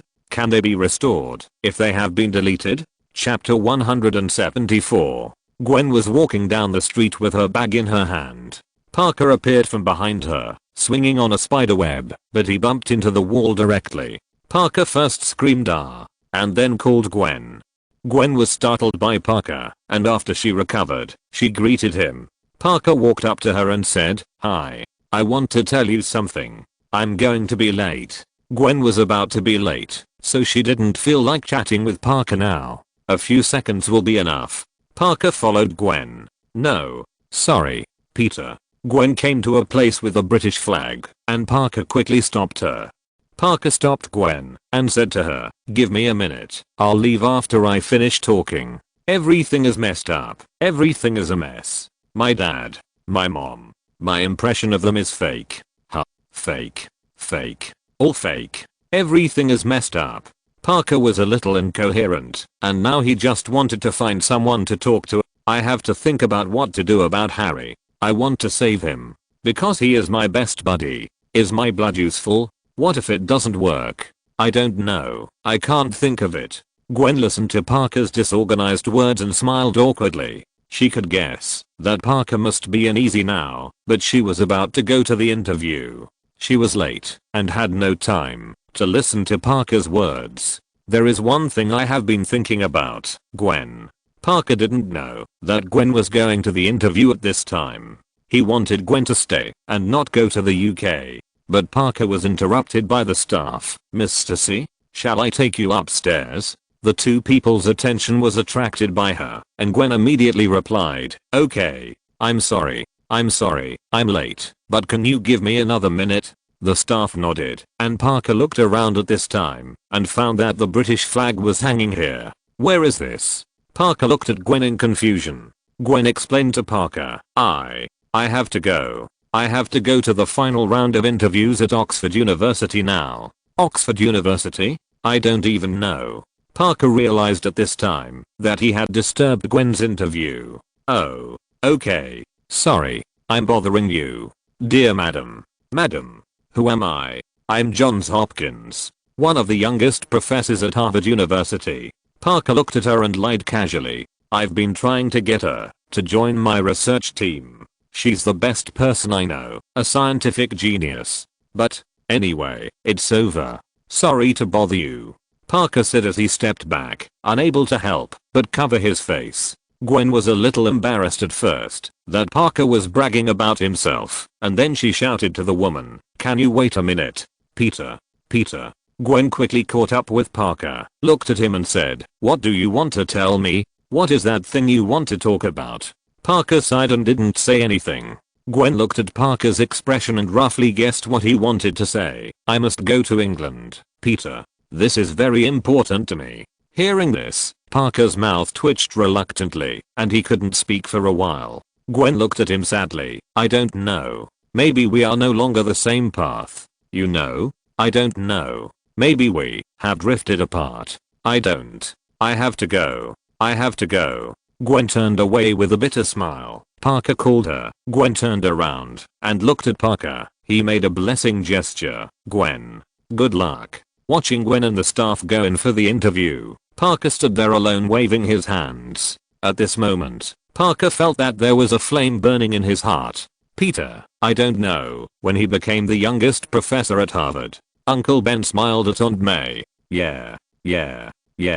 Maybe you should talk to him and tell him not to talk nonsense," Aunt May said to Uncle Ben while sewing a new spider suit. "You're right. I really should talk to him, and when he comes back, I'll let him change this bad habit." Uncle Ben nodded in agreement. "Gwen, are you going to Oxford?" Harry asked curiously while using the secret key to check if there were any documents or other things hidden by McCann. The investigators had already left here and went to Ravenclaw Criminal Asylum. Harry promised to inform them as soon as he found anything, with Spider-Man as a guarantor. They agreed. "I don't know yet."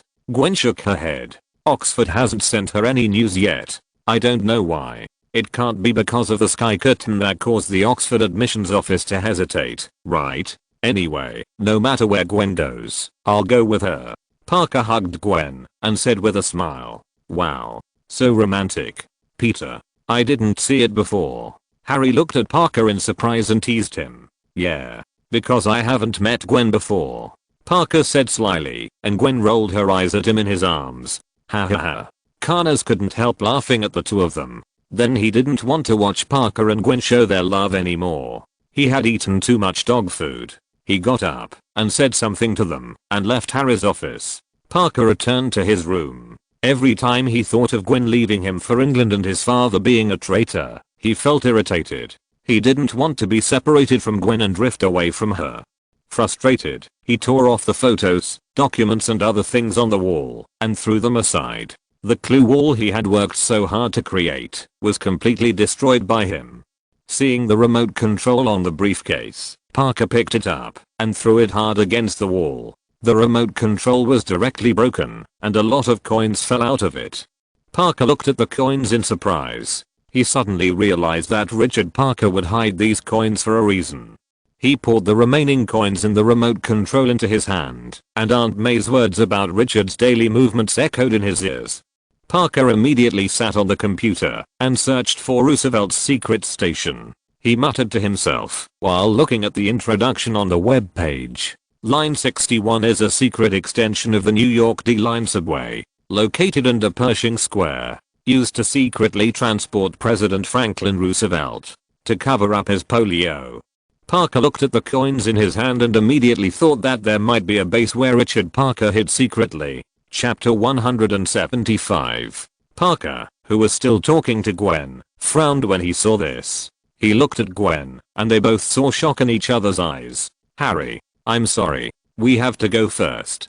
Parker shouted to Harry. "Yeah, I understand. Go ahead, Peter. It's faster from here." Harry nodded at him. He certainly knew what Parker wanted to do and helped him open the window. "Thank you." After saying that, Parker and Gwen jumped out of the window one after another and began to rush home on the spider web. In the villa, Aunt May and Uncle Ben found the remote control after seeing the situation on the skylight. When Parker and Gwen came back, Uncle Ben was holding the remote control that had been disassembled and a handful of coins in his hand. Seeing Parker coming back, Uncle Ben handed him the coins and said, "Be careful, it's probably crowded there." He nodded and left with Gwen again. Uncle Ben sighed, not knowing what the result would be this time. After seeing the sky curtain, George also realized that there would be a large group of Spider-Man fans gathered in Pershing Park, so he immediately sent police to maintain order. So when Parker arrived here, he saw a group of policemen pulling out a circle of cordons to block countless New Yorkers outside. Seeing the spider couple appear together, they all started shouting, "Wow, Uncle Ben was right." Parker shook his head, then waved to the crowd, and then fell to the ground. He saw George was here too. George handed him a drawing. "This is the design drawing of this square. It should be helpful to you." The identity of the New York Police Commissioner allowed him to quickly find the drawing and print it out. "Thank you, Daddy." Gwen smiled at George and hugged him. George rolled his eyes. "Okay, go. I'm also curious about what Richard Parker has hidden." "Okay. Thank you." Parker thanked him and then came directly to the entrance of a tunnel according to the prompts of the design. It was very close to Pershing Park. Looking at the dark entrance, he and Gwen looked at each other and walked in directly. Felicia walked into Harry's office and shouted, "Mr. Osborn, are you okay? Do you need my help?" Harry poured himself a glass of wine, drank it all and said, "No, unless you can bring those spiders back to life." "Spiders?" Felicia was a little confused. "Those spiders they destroyed. In order to restore investors' confidence.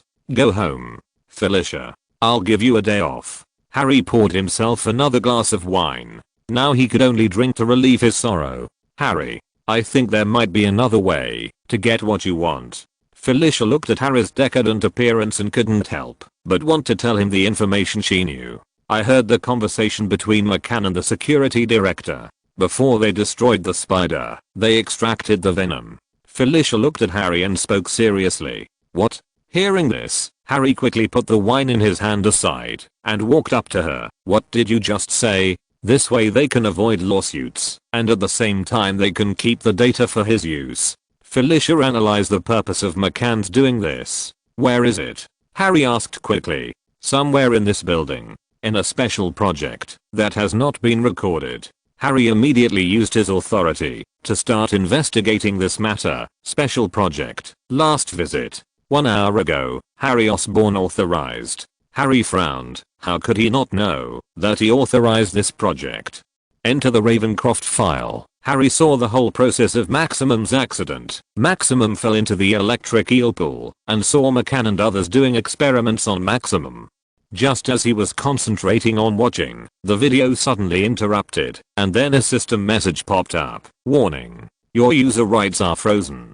Seeing this, Harry immediately realized that something was wrong, and then Felicia's voice came from outside the door. "He's busy. You can't go in. He's busy."